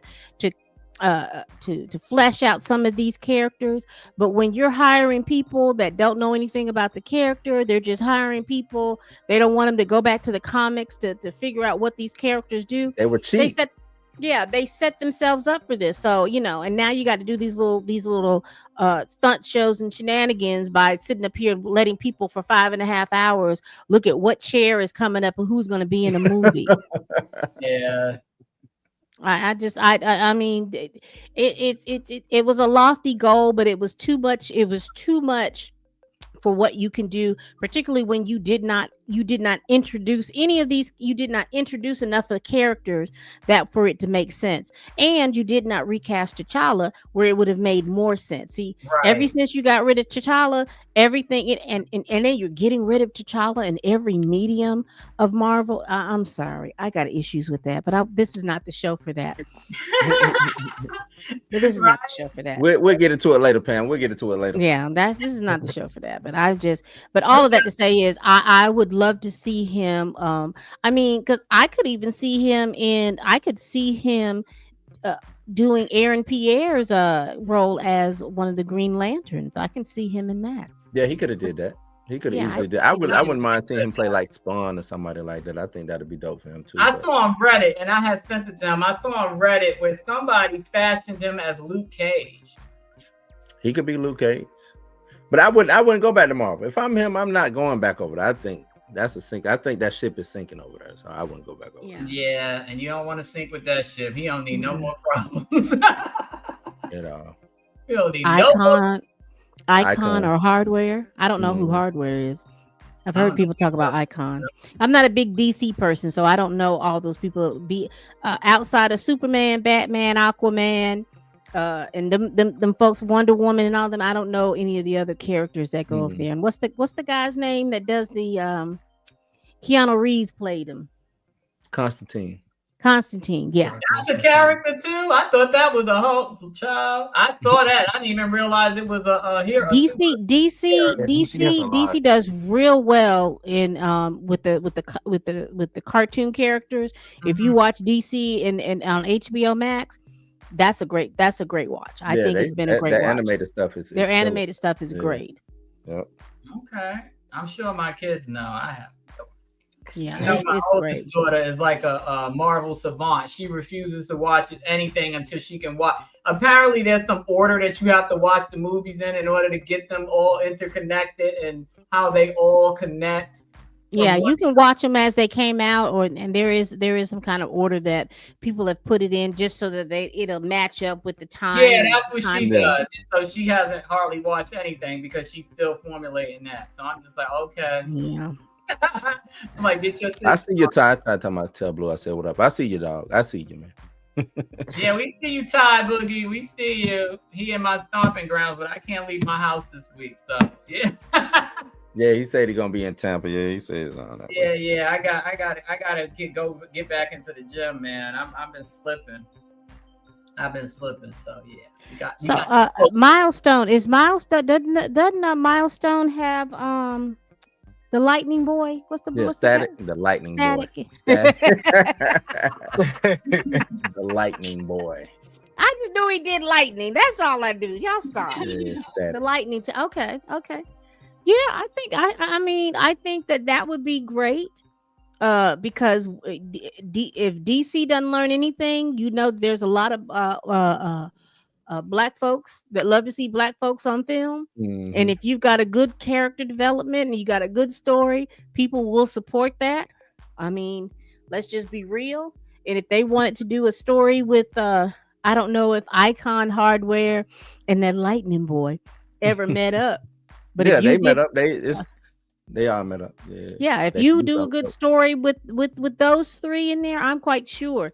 And put it out after Superman or whatever they're trying to do, what they're doing with Superman, I think they would have a good $1 billion and a half Mhm. revenue behind that. Because Oh, yeah. a lot of because I mean, just think about it. Black Panther, the first one, not Two Funerals and a Child that they gave us the second time, but Black Panther itself, people were watching that 3 and 4 times Yep. in the theater. I've Mhm. seen it at least 4, and I can actually watch it again without a problem. I Yeah, enjoy people it. still go back and watch it. I don't know too many people who go back and watch that second one. Like you said, two Yeah, what Two you- what- Funerals two and a funerals and a Child. baby. Yeah, I don't know. Yeah, I think Funerals I've and seen Child. that maybe twice. You're right. I think what threw me off about part 2 is I don't like the sister's character. I don't give a damn what she invents. I don't like the character. I think she had too much screen time. And I did not like the girl at MIT. I'm just like, I Yeah, think like they Riri. spent Riri the first bothered time me. on that girl power nonsense. And I get it. I'm not into all of that. I just want you to Riri didn't bother me. Her character didn't bother me. I think what bothered me is the fact that T'Challa had consumed the herb and he died of some kind of sickness But that- that my the point herb is, why wasn't can't we curing. just get to Yeah, that? that's what bothered me. Why told did you we what have he to spend thought. the first 30 minutes with the MIT girl and the fighting and the this and the that? And I wanted to see the Mexicans. I wanted to see the black. Well, that's how we got to them because they They came. Yeah, and did the but whole- I couldn't understand the premise of why go after her for inventing the thing when the plans were already in the hands of the government. So right. you and were I gonna feel have like to that get was the just that extra yeah, girl. you were gonna have to get the plans, and that would have been more. But anyway, we not gonna talk about That's Two my Funerals. point. That's why I said I can do without seeing it again because I feel like what you said should have been where it started. I don't You think don't need to talk about Two MIT Funerals girl. and a Child. we didn't need right. And then you introduced the child as being T'Challa's part 2, but then y'all want to recast T'Challa. God damn it, that's him. No, It's him. So fast the forward. child is the child. T'Challa is T'Challa. Wasn't his name T'Challa, right? So my Yes, thing but is, the child. Here's the thing, and I'm gonna be very clear about that. he's the junior. There you go. It doesn't matter. It doesn't matter. Why do The we resurrect the that dude? storylines in regards to T'Challa. T'Challa was the linchpin, and all of these things. When you talk about if the MCU wanted to introduce the Fantastic Four, when you talk about going into this battle world or whatever they're going to do, T'Challa, the person, not T'Challa, the child, was the person that was the linchpin for that. And I think, and this is me, Pam Entertainment TV, when they decided that they were going to make T'Challa and Chadwick Boseman be the same person, other than saying that Chadwick Boseman was the person that played T'Challa, I think that they had a problem. Now, please don't mishear me when I say this. She's serious about this shit. Go ahead. Oh, very serious. Please don't mishear me about when I say this. Speak on it. The fact that I understand that man passed away, and I have no problems with the grieving process. But when you think about going backwards, hindsight is 2020. What do you call it? Monday or Tuesday morning quarterbacking. They had enough time to have grieved that and come up with a story that they could have recast somebody else.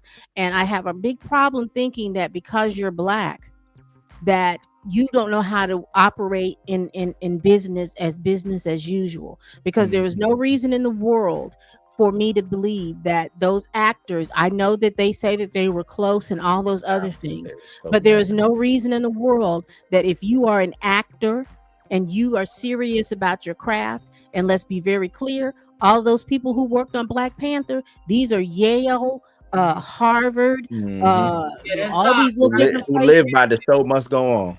Exactly. That mantra was very present, and they could have had someone else to play T'Challa. I get very sick to hear that we have sat up here, and when we talk about roles in Hollywood and roles for Black folks in Hollywood, it makes no sense to take a role like that and say nobody else in the world could have played that role but Chadwick Boseman. Okay, so That now I'm makes me putting on my believe. legal hat. Do Yeah. you think, obviously they're not going to ever tell us, but do you think that maybe that's the issue? That maybe there was some contractual thing that said no? Because I thought I heard, again, correct me if Let I'm me wrong. know. It was nothing like that, and I'm gonna be very Did blunt somebody of what say it was. something was like that with No. Jonathan's role with Marvel? That there was some clause that nobody else could play that role. It could have been for him, but I think that, in my opinion, what it was with I do not think, and this is just me personal. This is Pam Entertainment TV's. I co-sign. When And I'm when cool. they decided they weren't really looking to do Black Panther as a standalone movie. Nope. That was I don't think that was ever anything that they were going to do. When they did Black Panther as a standalone movie, and that Black Panther movie made over $1 billion, they made a step back, and they really weren't committed to doing it in the first place. And then when, bless his heart, when Chadwick Boseman passed away, that was the out that they needed, to be able to stop doing those movies. They never wanted to do, I don't think, and I could be corrected, but I do not think Marvel ever really truly Just wanted like to do a standalone movie. It was the fact that everybody was talking about Black Panther. Everybody was intrigued about Black Panther. Everybody wanted to know more about Black Panther, and that is why they did the initial movie. I think remember Ike Perlmutter was the person in charge at that time too, and he said that Black Panther wasn't viable, couldn't sell. Yeah, they didn't want to do that movie, and so, like I said, instead of and all to say that racism is more powerful than making money, than capitalism making money. Because if there's just no way in the world, if you are a true capitalist, if something made you $1 billion and all you had to do was recast this person and you could make 2 or 3 movies, they milked the hell out of John Wick. They milked the hell out of what's that movie with that Matt Damon? Born franchise. Yes, all of these different things. They milked the hell out of those movies, and so you can't make me believe or understand that part of it, that little racist part, wasn't part of the reason why they didn't do it. Because there's no way in the world, if you were a true capitalist, there's no way in the world you're gonna make me believe that you were not gonna go and do a whole nother movie, even if you had to wait an extra year to get everybody on board. There's no way in the world you're going to make me believe that you couldn't do a whole nother movie.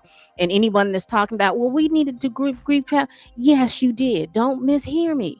But y'all are forgetting the fact that there are young people behind us that for whatever reason, they love anime, they love superheroes, they love all those different things.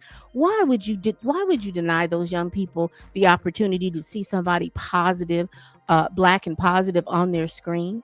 It makes no sense to me. It doesn't make any. It makes no sense to me. Terrell wanted to add something. I was gonna say I just wanted to kind of chime in respectfully.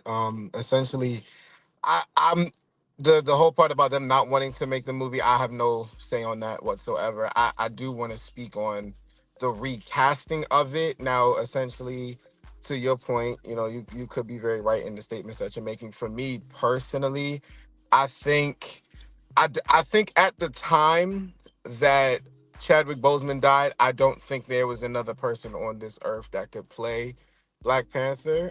Damson Idris, now that he is being considered, I do think I'm convinced that he can definitely step into that role, but the reason being was because of Snowfall and how that finished, and I know how strong of an actor he is. I also don't think I personally think that the whole recasting decision maybe fell into Ryan Coogler's hands as well, as far as like that's a very difficult thing to do. Like, I think like I I personally don't see I see them not recasting it as a sort of like sign of respect because of how important that movie was to us black people and how important I think Chadwick Boseman in general was important to people because that was one of the hardest celebrity deaths for me. Now, Yeah, essentially, I'm not trying to. I'm not gonna say like your points are wrong at all because like you're speaking your truth and you're speaking what's on your mind. But just in terms of like movie standpoints and making a sequel, I think they were dealt a very difficult hand because there was already a sequel in place, and once he died there was already too much money thrown into it for them to just essentially scrap it. And then, like I said, recasting is very, you know, like it's a very like risky thing to risky. do at that Yes, point in it's time risky. because it's like to your point, you don't mind if they were to recast it. To maybe, however, any other fans that could have set off some crazy backlash on Marvel. And so I think to play it safe, you just don't at that moment in time. But now enough time has passed to where they're thinking, oh, okay, like we And can that's do my it. point. Yeah, That and you to could your have point, waited. There Yeah, was no reason to make two you didn't funerals have and a to child. kill the Because cat. why in all of that did Ramonda have to catch a Yeah, you stray? didn't have to kill two characters yeah, die, and for no reason. Like you didn't. T'Challa didn't have to die. You didn't have to recast him, but you didn't have to kill T'Challa. You see what I'm saying? Like they yeah. could have just sat him aside if they wanted to tell Shuri's story and let her be Black Panther. By all Right. means, run it to the ground. Absolutely But not. to I was gonna say, kill, yeah. So storytelling wise, absolutely, yeah. yeah, To and your guys' that's credit, basically the big thing. As far as I know, with me is narratively, the second movie made no sense narratively because they killed T'Challa. So I mean, looking at it that way, you didn't have to kill him. Put him to the side. I know decisions had to be made. I always say, I think Kevin Feige said, "Hey, let the niggas handle it," and to get him out of it. Hey, well, just let the niggas handle it, and we'll see whatever they want. We'll go that way because, like Pam said, they wasn't really looking at Black Panther to be this viable situation that it was anyway. I don't think they was wholeheartedly into that movie. It made $1 billion. I think they even looked at it making $1 billion and still didn't care about what Black Panther did. And I'm gonna, because I have no clue about any of this shit, and I just watch it because it was black, because I'm all about my people. Yeah, I would just say think this was too. another Lovecraft Country kind of thing. I would say this too with Marvel and that there were so many plot elements that they could have used. They could have used the blip. They could have told if they were going to tell that story. And like I said, if Ryan Coogler had a story in place about T'Challa and his son and him doing all those things like that, they could have still had that. If they just needed to make a movie, that whole movie could have been done during the blip. Yeah. And if they had done that movie during the blip, then they could have come back with this third movie and said, I am not dead. Yeah. I am here. I was it. They could have pulled somebody from another universe. They could have pulled a whole nother actor, because I'm all for the fact that they wanted to honor Chadwick and they wanted to wait it. And that was my whole point. They could have waited. I mean, come on. They waited on different other things. They could have waited on that.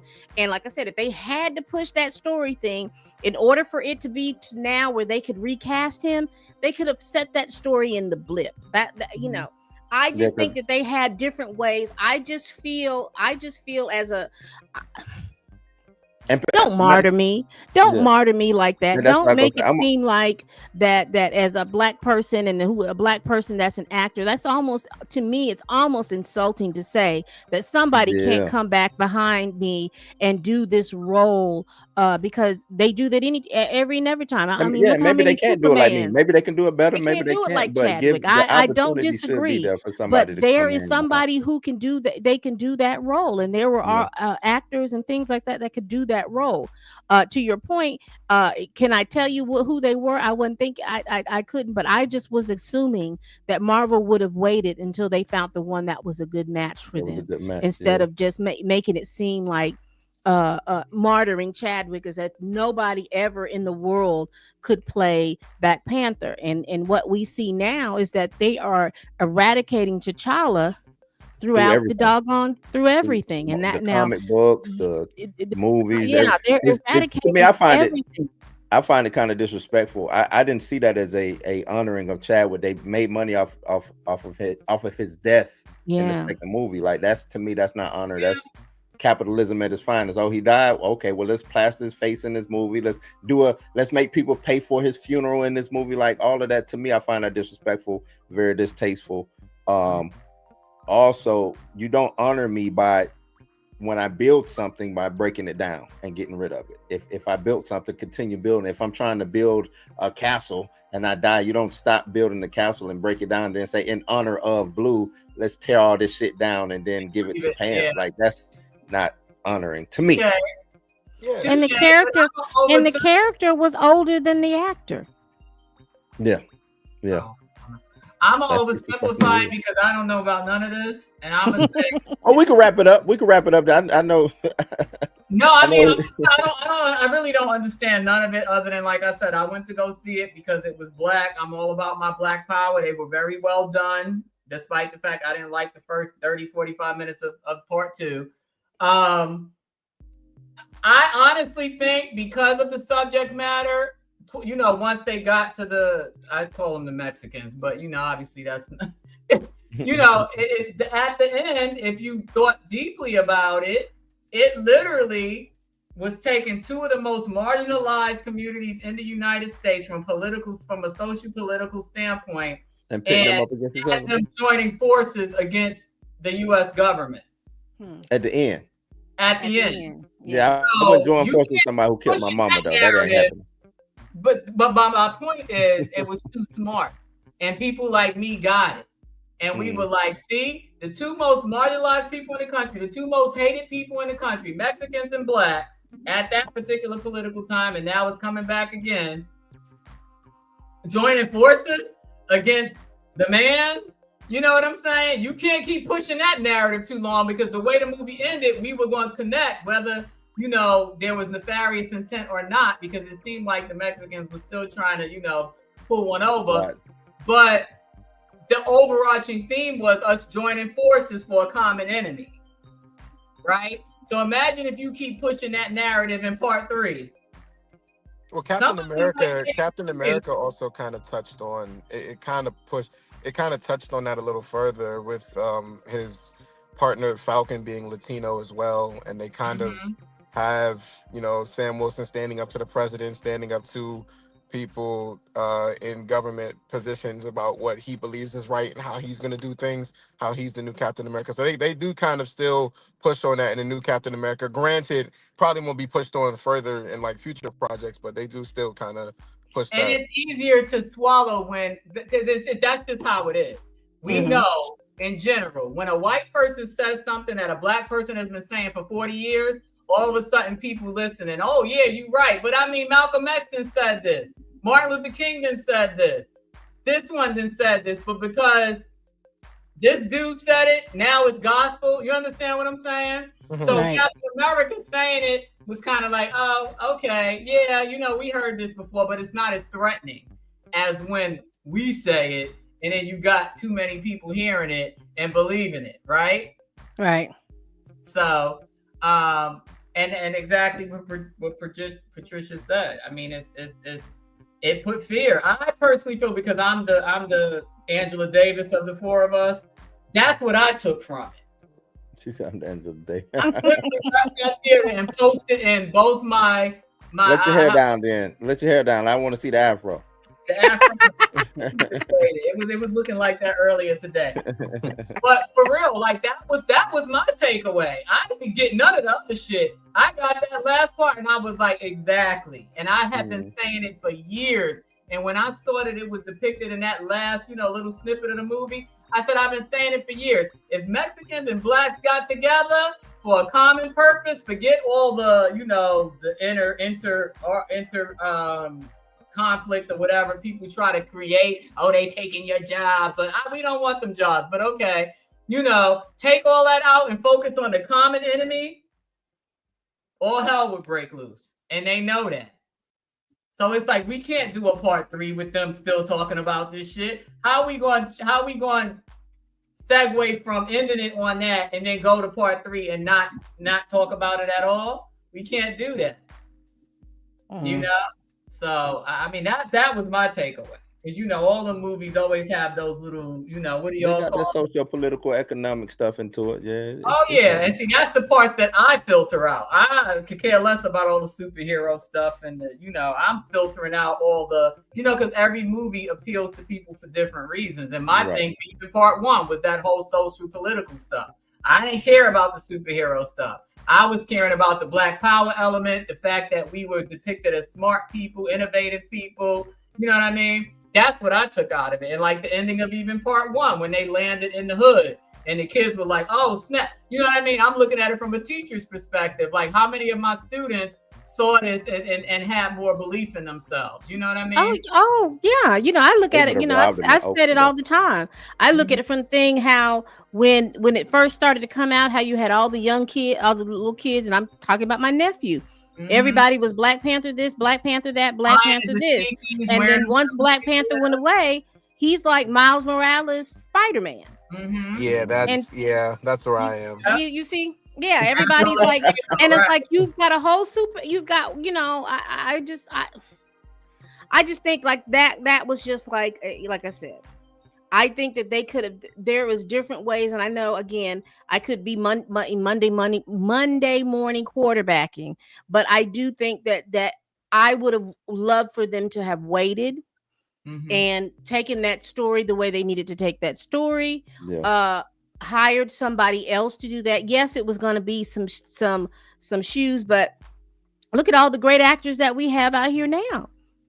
Look at all those. I mean, you've got Black American actors that are good that could have done that. You've got Black British actors that are good. You could have found a great actor from the continent. We don't know, but you could have found those particular. There is an actor out here that could play that role. I know a lot of people are talking about Aldous Hodge. There is an actor that could be able to play, play that role. And I just think that I would have waited. I would have loved for them to have waited to have done that, but not like how they done Blade. Now, Blade is a whole separate story. I told you they ain't coming, fam. It's dead.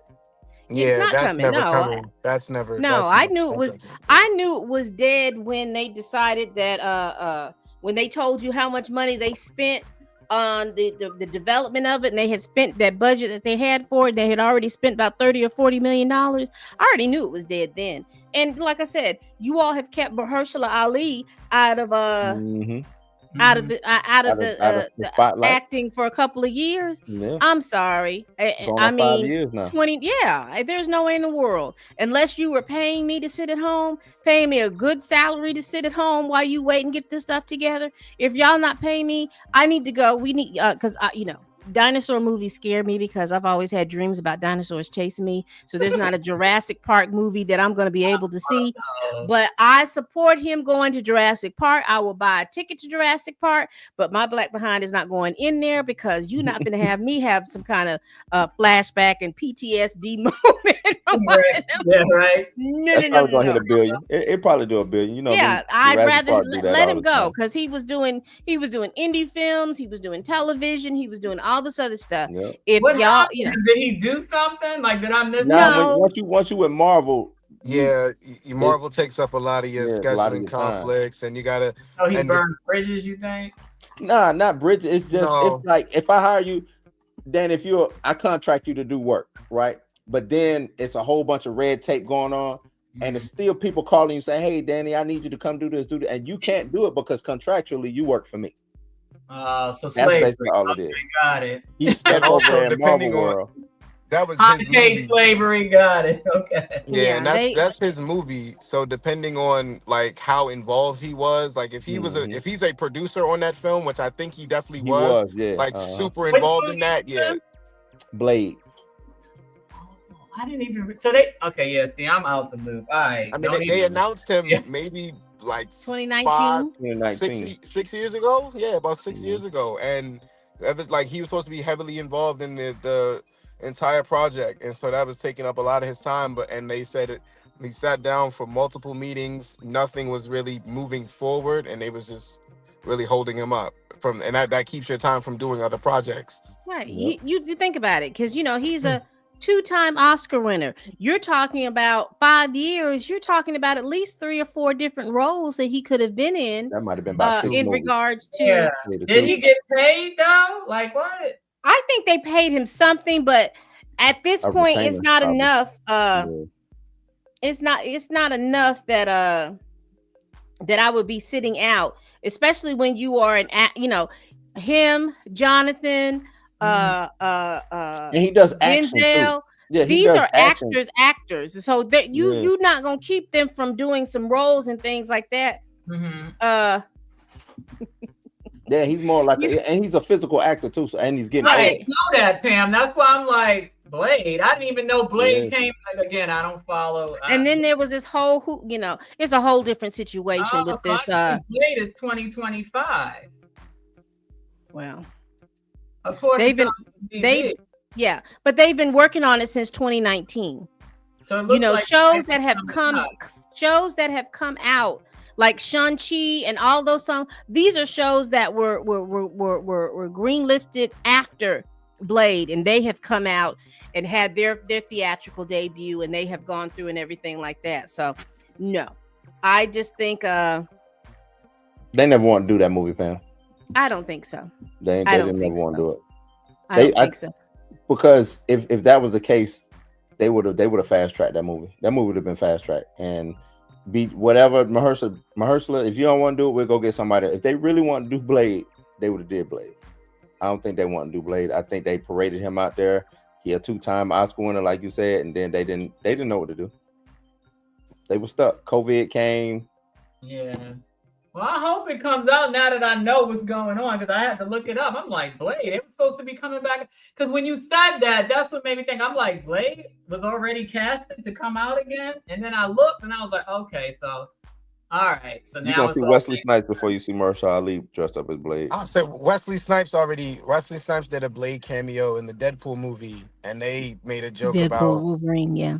they made a joke about and there will never be another Blade. So Yeah, that was shady in itself, because Ryan Reynolds is shady. The stuff that's going on with Ryan Reynolds, he's shady as well. Because when they were doing what was the movie that he was in, that Blade, one of the Blade trilogies that he was in, he was very problematic on Blade and with Wesley Snipes. So I don't even he's problematic within himself. I think that was just some kind of shade, but that did. I think that was Pam. I think it was real because Wesley did an interview when they was doing press run for that movie, and he kept saying, "I'm Blade." Yeah, he kept is. saying that, I'm Blade. Yes, he is. He's like 60. Like, calm down, dude. Well, Mahershala Ali is 50, 51. That's not 60 though. They ain't too far apart though. They not too far apart. Baby, your knees. Listen. Once your knees start cracking at 45, they cracking at 51 and 61. Collagen peptide. Collagen peptide. I got Megan knees now, so y'all need to fall back. Once the knees cracking, but but that to me, and all that to say is, in all funny games, but just to be very serious, all that to say was that was to me another dig at, because like if I was Mahershala, I'd have done Fantasia on her. If y'all don't want me, then don't talk to me. Yep. If y'all don't want me to do this movie, then don't talk to me. Exactly. Don't have me sitting over here believing that I'm supposed to do this movie, and then you're talking about, because first one of the scripts was trying to get it was supposed to be all these women were supposed to be in this script, and it wasn't going to be a Blade movie. Then the second one was supposed to be about the daughter or anything. If you didn't want Mahershala Ali to play Blade, just say that. That's all I Just got to say say. Well, Just say it. God willing, he does it because it says 2025 in IMDb. I was gonna say, Oh. yeah, that's probably not. I But know. No. I'm just Oh, trying to man. be. I'm the glass half full person that don't know shit about Marvel. So just that's okay. let me cook, all right? We love you for it, but Go ahead. no, he ain't. Let me No. cook, and I'm gonna say 2025. He got to December 31st to get this together. So I'd probably get see his freedom Mahershala papers. in DC before I'd see him in Marvel. I think I'd see him in DC before I'd see him in Marvel. Do something in between because I don't know if y'all saw it, but remember that Obama Jurassic Park? No, the movie that just came out, I think is now going on 2 years because it feels like forever. Remember the Obamas, the executive. Oh, when the world Yeah. He was in that. Yeah. That came out during Jonathan's trial actually because when I went to the Airbnb, the friend that dropped me off at the airport, she was like, "You have to watch this." So it came out December 2023 because that's when I watched. So it hasn't even been 2 years yet. I watched it while I was in the Airbnb. I started watching it, and then when I came back home, I just started it over and watching. That was really good. He was in that. So that was recent. Leave the World Behind, exactly, Patricia. It was Leave the World Behind. Still waiting on the part 2 or to continue. Yeah, but they probably filmed that movie probably 2 years prior though. That's the thing about it. Right. Yeah. That's true. So hopefully he's working on part 2 of that. In addition to possibly being Blade by December 31st, 2025. That ain't gonna happen then. Well, I'm looking at his IMDb and it's like I do see Leave the World Behind. I see that he did a voice in Spider-Man Across the Spider-Verse. Yeah. He did something with Swan Song. He did something. Well, he was a voice actor in that thing, but he also looks like he's done some voice acting in Incredibles. But he was at the house. Nothing where he's on the camera. He ain't on the set like moving around. Yeah. So it's excuse me. He's doing some work, but I like I said, he has been casted to do Blade since 2019 when he was in his 40s and the collagen was moving quite nicely through his knees. Good. Them tendons and all of that was good. Collagen peptides. Yes, as soon as that collagen moving good. Terrell, start taking them now so you can look 20 at 50. I'm telling you. I got anything for back adjustments? That's what I need. Anything to do with your joints, I'm telling you, try collagen peptides. Yeah. They are a miracle. Peptides in general. Find you some peptides to take, man. They work. Collagen ones, anything that got to do with joints and shit that goes on in between the joints. Yeah, I have horrible posture due to my car being my office, but you got to start doing some Pilates too. Stretch it out. Yeah, I'll be stretching when I go to the gym now. I'm at that age where I actually have to start stretching. So you should do a body hang, man. Get up on the bar and just hang for like. And hang from the pull-up bar. I have one of those that you put over your bedroom door or whatever door. And just hang and just let everything stretch. I'm telling you, it'll straighten your back out, man. I'm taking notes of all of it because I need it badly. I need a break. We found the fountain of youth, boo. That's how we old bros be winning. Them young I appreciate it. I'm taking mental note. Yeah, they can't keep up with us because we winning. We got the collagen peptides, we got whatever, good black that don't crack. But anyway, we want Terrell to come back, so we're not gonna hold him hostage. It's okay. Somebody looking for him by now. They like he's supposed to leave that movie 2 hours ago. My mom knows I get back. He's still. I was like, I'm still in the car. But definitely, if y'all two want to reach out to him, I would love to see him again, and just let me know when he's on, and I'll definitely watch because my attention span can't hold water. But I'll watch for Guy in the Chair. I'm going to put his YouTube back in the chat again. His YouTube is Guy in the Chair Presents. His TikTok is Guy in the Chair React, right? React. Yes. So definitely follow him on TikTok because he's funny. I've watched a couple of his other reviews since. But like I said, the Magazine Dreams one took the cake for me. And I'm probably going to watch it again after I sign out of here. But it was funny. and it was Thank you. definitely worth sharing. And I hope, like I said, with people that haven't seen the movie yet, they see this because I played it before you came on. That was the first thing I played in the first 3 minutes. So hopefully they'll see the review from this stream as well and go see it or see it again and bring a friend. Whatever, get the tickets sold. We already missed the goal for the opening weekend, but we still want this. We want Jonathan to win. We want this movie to win. We want this movie to get seen because it's really a good movie. It really is. Everything else aside, our personal biases aside, it's a good movie. And it needs to be seen. Because like I said, even if you're not into bodybuilding, there's so much social commentary that everybody can relate to it, whether you're into bodybuilding or not, because even though that's the main idea of the movie, it's not the main idea of the movie. You understand what I'm saying? The movie reminded me of? This was like Eminem Stand video. Dan, what's crazy? Because I always Partly, say yeah. 17-year-old. That's what I was like. This whole movie is like that, but that's the first thing she said. She said, "Mommy," she nudged me like maybe 40 minutes in. She was like, "This is like that song Stand." Yeah. And I had already read the script, so I didn't want to give it away. And I said, "I don't know. Let's see." And she was like, "I bet you he's gonna tear all the posters down." And I said, "I don't know." And then lo and behold, he tears on. She was like, "See, I told you it's like that song Stand." Because she's a music. it was from first verse to last verse is how the movie kind of played out. Like, like so the movie. Yep. It's funny you should say that. I meant to bring it up during me and Pam's last stream on a spoiler review, and I forgot. But yeah, Blue, exactly. My daughter, and she's only 17, and I'm like, what do you even know about that song? I was like almost your age. I think I was. I wasn't much older than 17 when the song came out. That's why I'm like, what the hell are you listening to? But I digress. But she called it out because she, like I said, she's into music. She taught herself to play the electric guitar. She taught herself to play the piano. She's into filming and photography. So she's very, she notices everything. That's dope. That's dope. And that's the first thing that she said. And I was like, Stan. And I was like, oh, Eminem. And I was like, all right, I'm not going to give it away. But yeah, please like, subscribe, share, follow Guy in the Chair on YouTube and TikTok. He's on Instagram, but not a whole lot. Is the Guy in the Chair? He's not a lot on Instagram. Yeah, I don't really use my Instagram at all. I mean, that was like, I've used that for, to repost that, but I just be on there scrolling. I don't use that. Yeah, he's mostly on TikTok and same. And YouTube.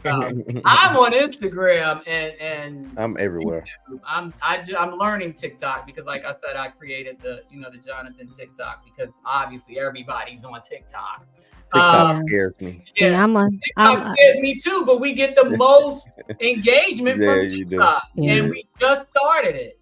I say the algorithm is insane. That's really where TikTok gets its hype from because it's very easy to get stuff out there. Yeah, I mean the views be crazy. I mean, I reposted something where they were at, I want to say at that event with the call sheet thing. They were at that event and they were asking people what show you wish would come back, and a few people said Lovecraft Country, and I posted it, and that thing got 60,000 views, 9 million comments, 30,000 reshares. I'm like, well, damn, I mean, that's just on TikTok.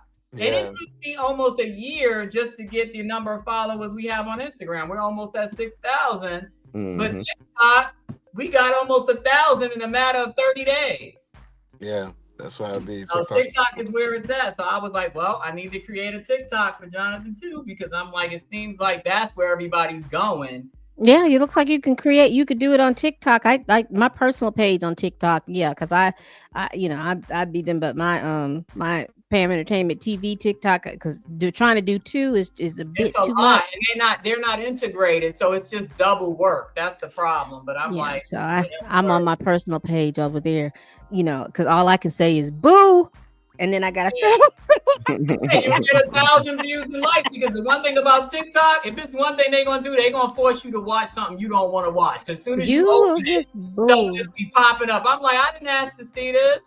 Yeah, my biggest craze right now on TikTok is when the folks say, I'm so hungry I can eat my dog. And baby, you should see how them little dogs are reacting, and then it's just like it just go crazy. And then You should never own a pet, girl. Bye. yeah. And then what is the new thing now? Oh, there's some song about, oh, I'm 21 and I don't have a child, or I'm 30 something, I don't have a child, and baby, the mamas and the childless women are fighting. Child, it's a mess. Yeah, I just well, I told my daughters don't have no kids before 30, so I'm good. I ain't ready to be nobody grandma anyway. And they're both too young to have kids, so I got a good 10 years to go before I'm somebody grandma. So we good.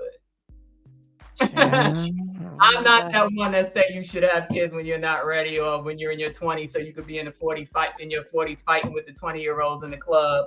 No, wait as do long. they go to clubs? Because I don't think. Do y'all go to clubs, guys?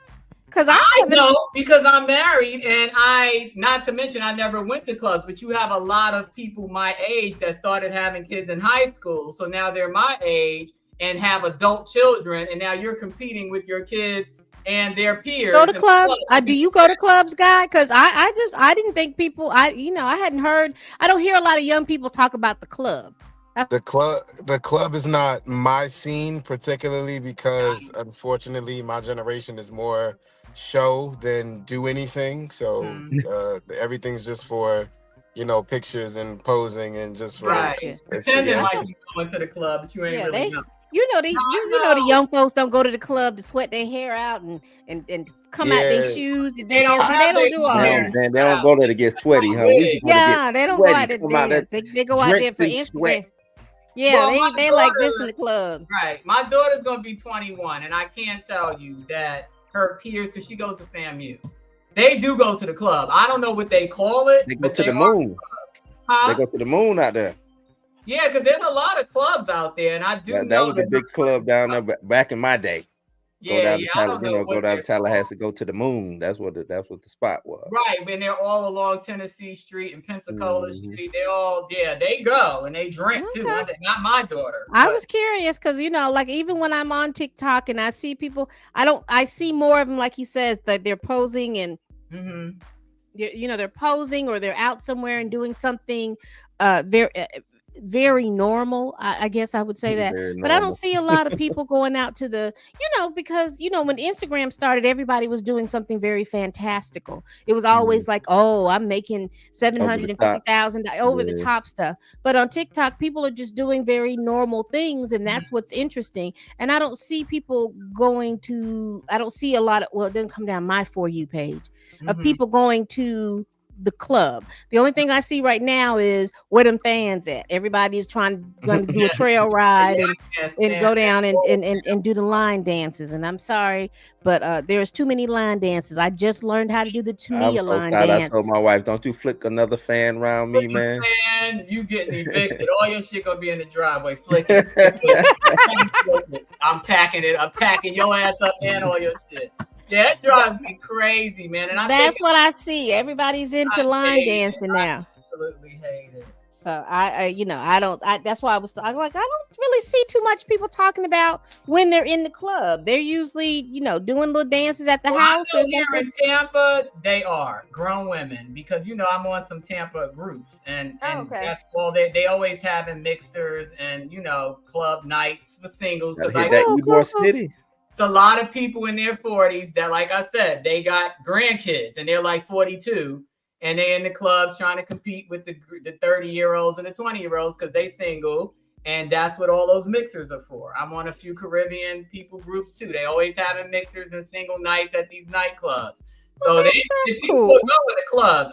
I just don't, I don't go. Yeah, I'm glad to see that there's some, they're doing. But like I said, I didn't know if the if the younger folks, if the under 30 folks were going to clubs and stuff like that. Because I don't see it. They do, but they definitely do. My area, like I said, where I live, it's not what it's all chalked up to be. You're in Florida, so that might be a whole different thing. It's a whole different that actually might be really fun. People might actually like dance, but I don't. Nobody here dances. Everybody's too cool. No go-go music or anything like that up there. They just.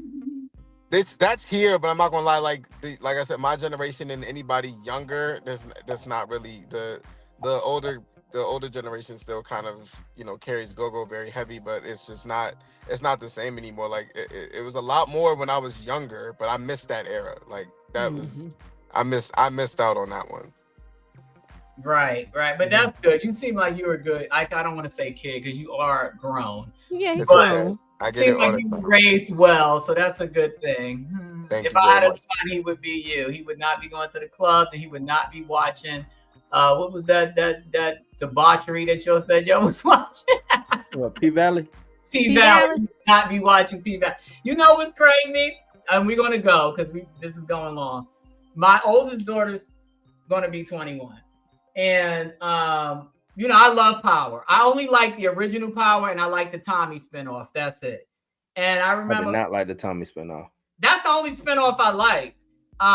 And so when Power was actually the real Power was on, she was like 16, 17. Never really cared to watch it, but I remember her saying, "Mommy, can I watch Power?" And I said, "No, it's not really, you know, for your." You know, and she was cool with it. She never was that kid that was like, "Oh, I'm gonna watch it anyway," because she's still childlike, even still. She likes anime, she likes Marvel. She's not really into all the, you know. So when she turned 18, she was like, "Well, can I watch Power now?" Because she had ran out of stuff to watch. And I said, "Yeah, go ahead," because she was grown at that point. I mean, I can't keep, you know what I mean? And she watched it, but I said that to say she asked. And like even now, she'll ask, "Well, Mommy, can I go here or can I do this?" And I'm like, "Girl, you grown. Like, go ahead." I said that to say that you have a good foundation. Thank you. My parents would appreciate that. Thank you And very it's much. hard, you know, it's hard because there's so much stuff. And I even asked her and my 17-year-old, I was like, "How come y'all don't do all these TikTok trends and be dressing like this and wearing all the makeup and the this and the that?" "We don't want to, Mommy." Like, they literally said, "We don't want to." They like, "We don't want to." But I think that comes from self-esteem too, because my husband really pours into them. I pour into them. And we don't, you know, I'm natural for the most part. They don't, you know, I got fake eyelashes on, but yeah, I don't wear makeup. So I think girls tend to emulate what they see too. You know, if they saw me walking around with lashes and wigs and BBLs and everything else, they probably would be like, "Oh, I want to do that." BBL, Danny. Yeah, right. BBL, Danny. You know, Danny's trying to donate some BB, but yeah. But yeah, so anyway, this was fun. Thank you guys that did show up for showing up. Catch it on the replay. Like, follow, subscribe. Pam, Blue, guy in the chair. You ain't got to subscribe to me because you know I'm come once in a blue moon. Very rarely do I make an appearance. But yeah, this was good. Thank you so much, Terrell, for joining us. I know you probably Appreciate it. out for you right No, now. thank you guys for having me. Sincerely appreciate Thank it. you for coming. Yeah, thanks for that funny review. And I'm gonna keep sharing it until they take it out of the theaters. I think I shared it again this morning. So I'm Thank probably you. gonna share it every day until they take the movie out of the theaters. Because I feel like being that we don't have any commercials, that's the closest thing to a commercial.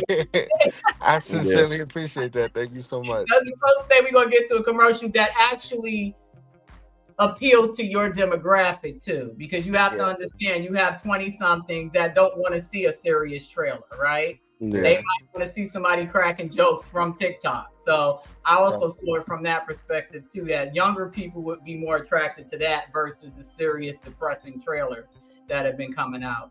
So yeah, everybody have a good night. Anybody got any last words?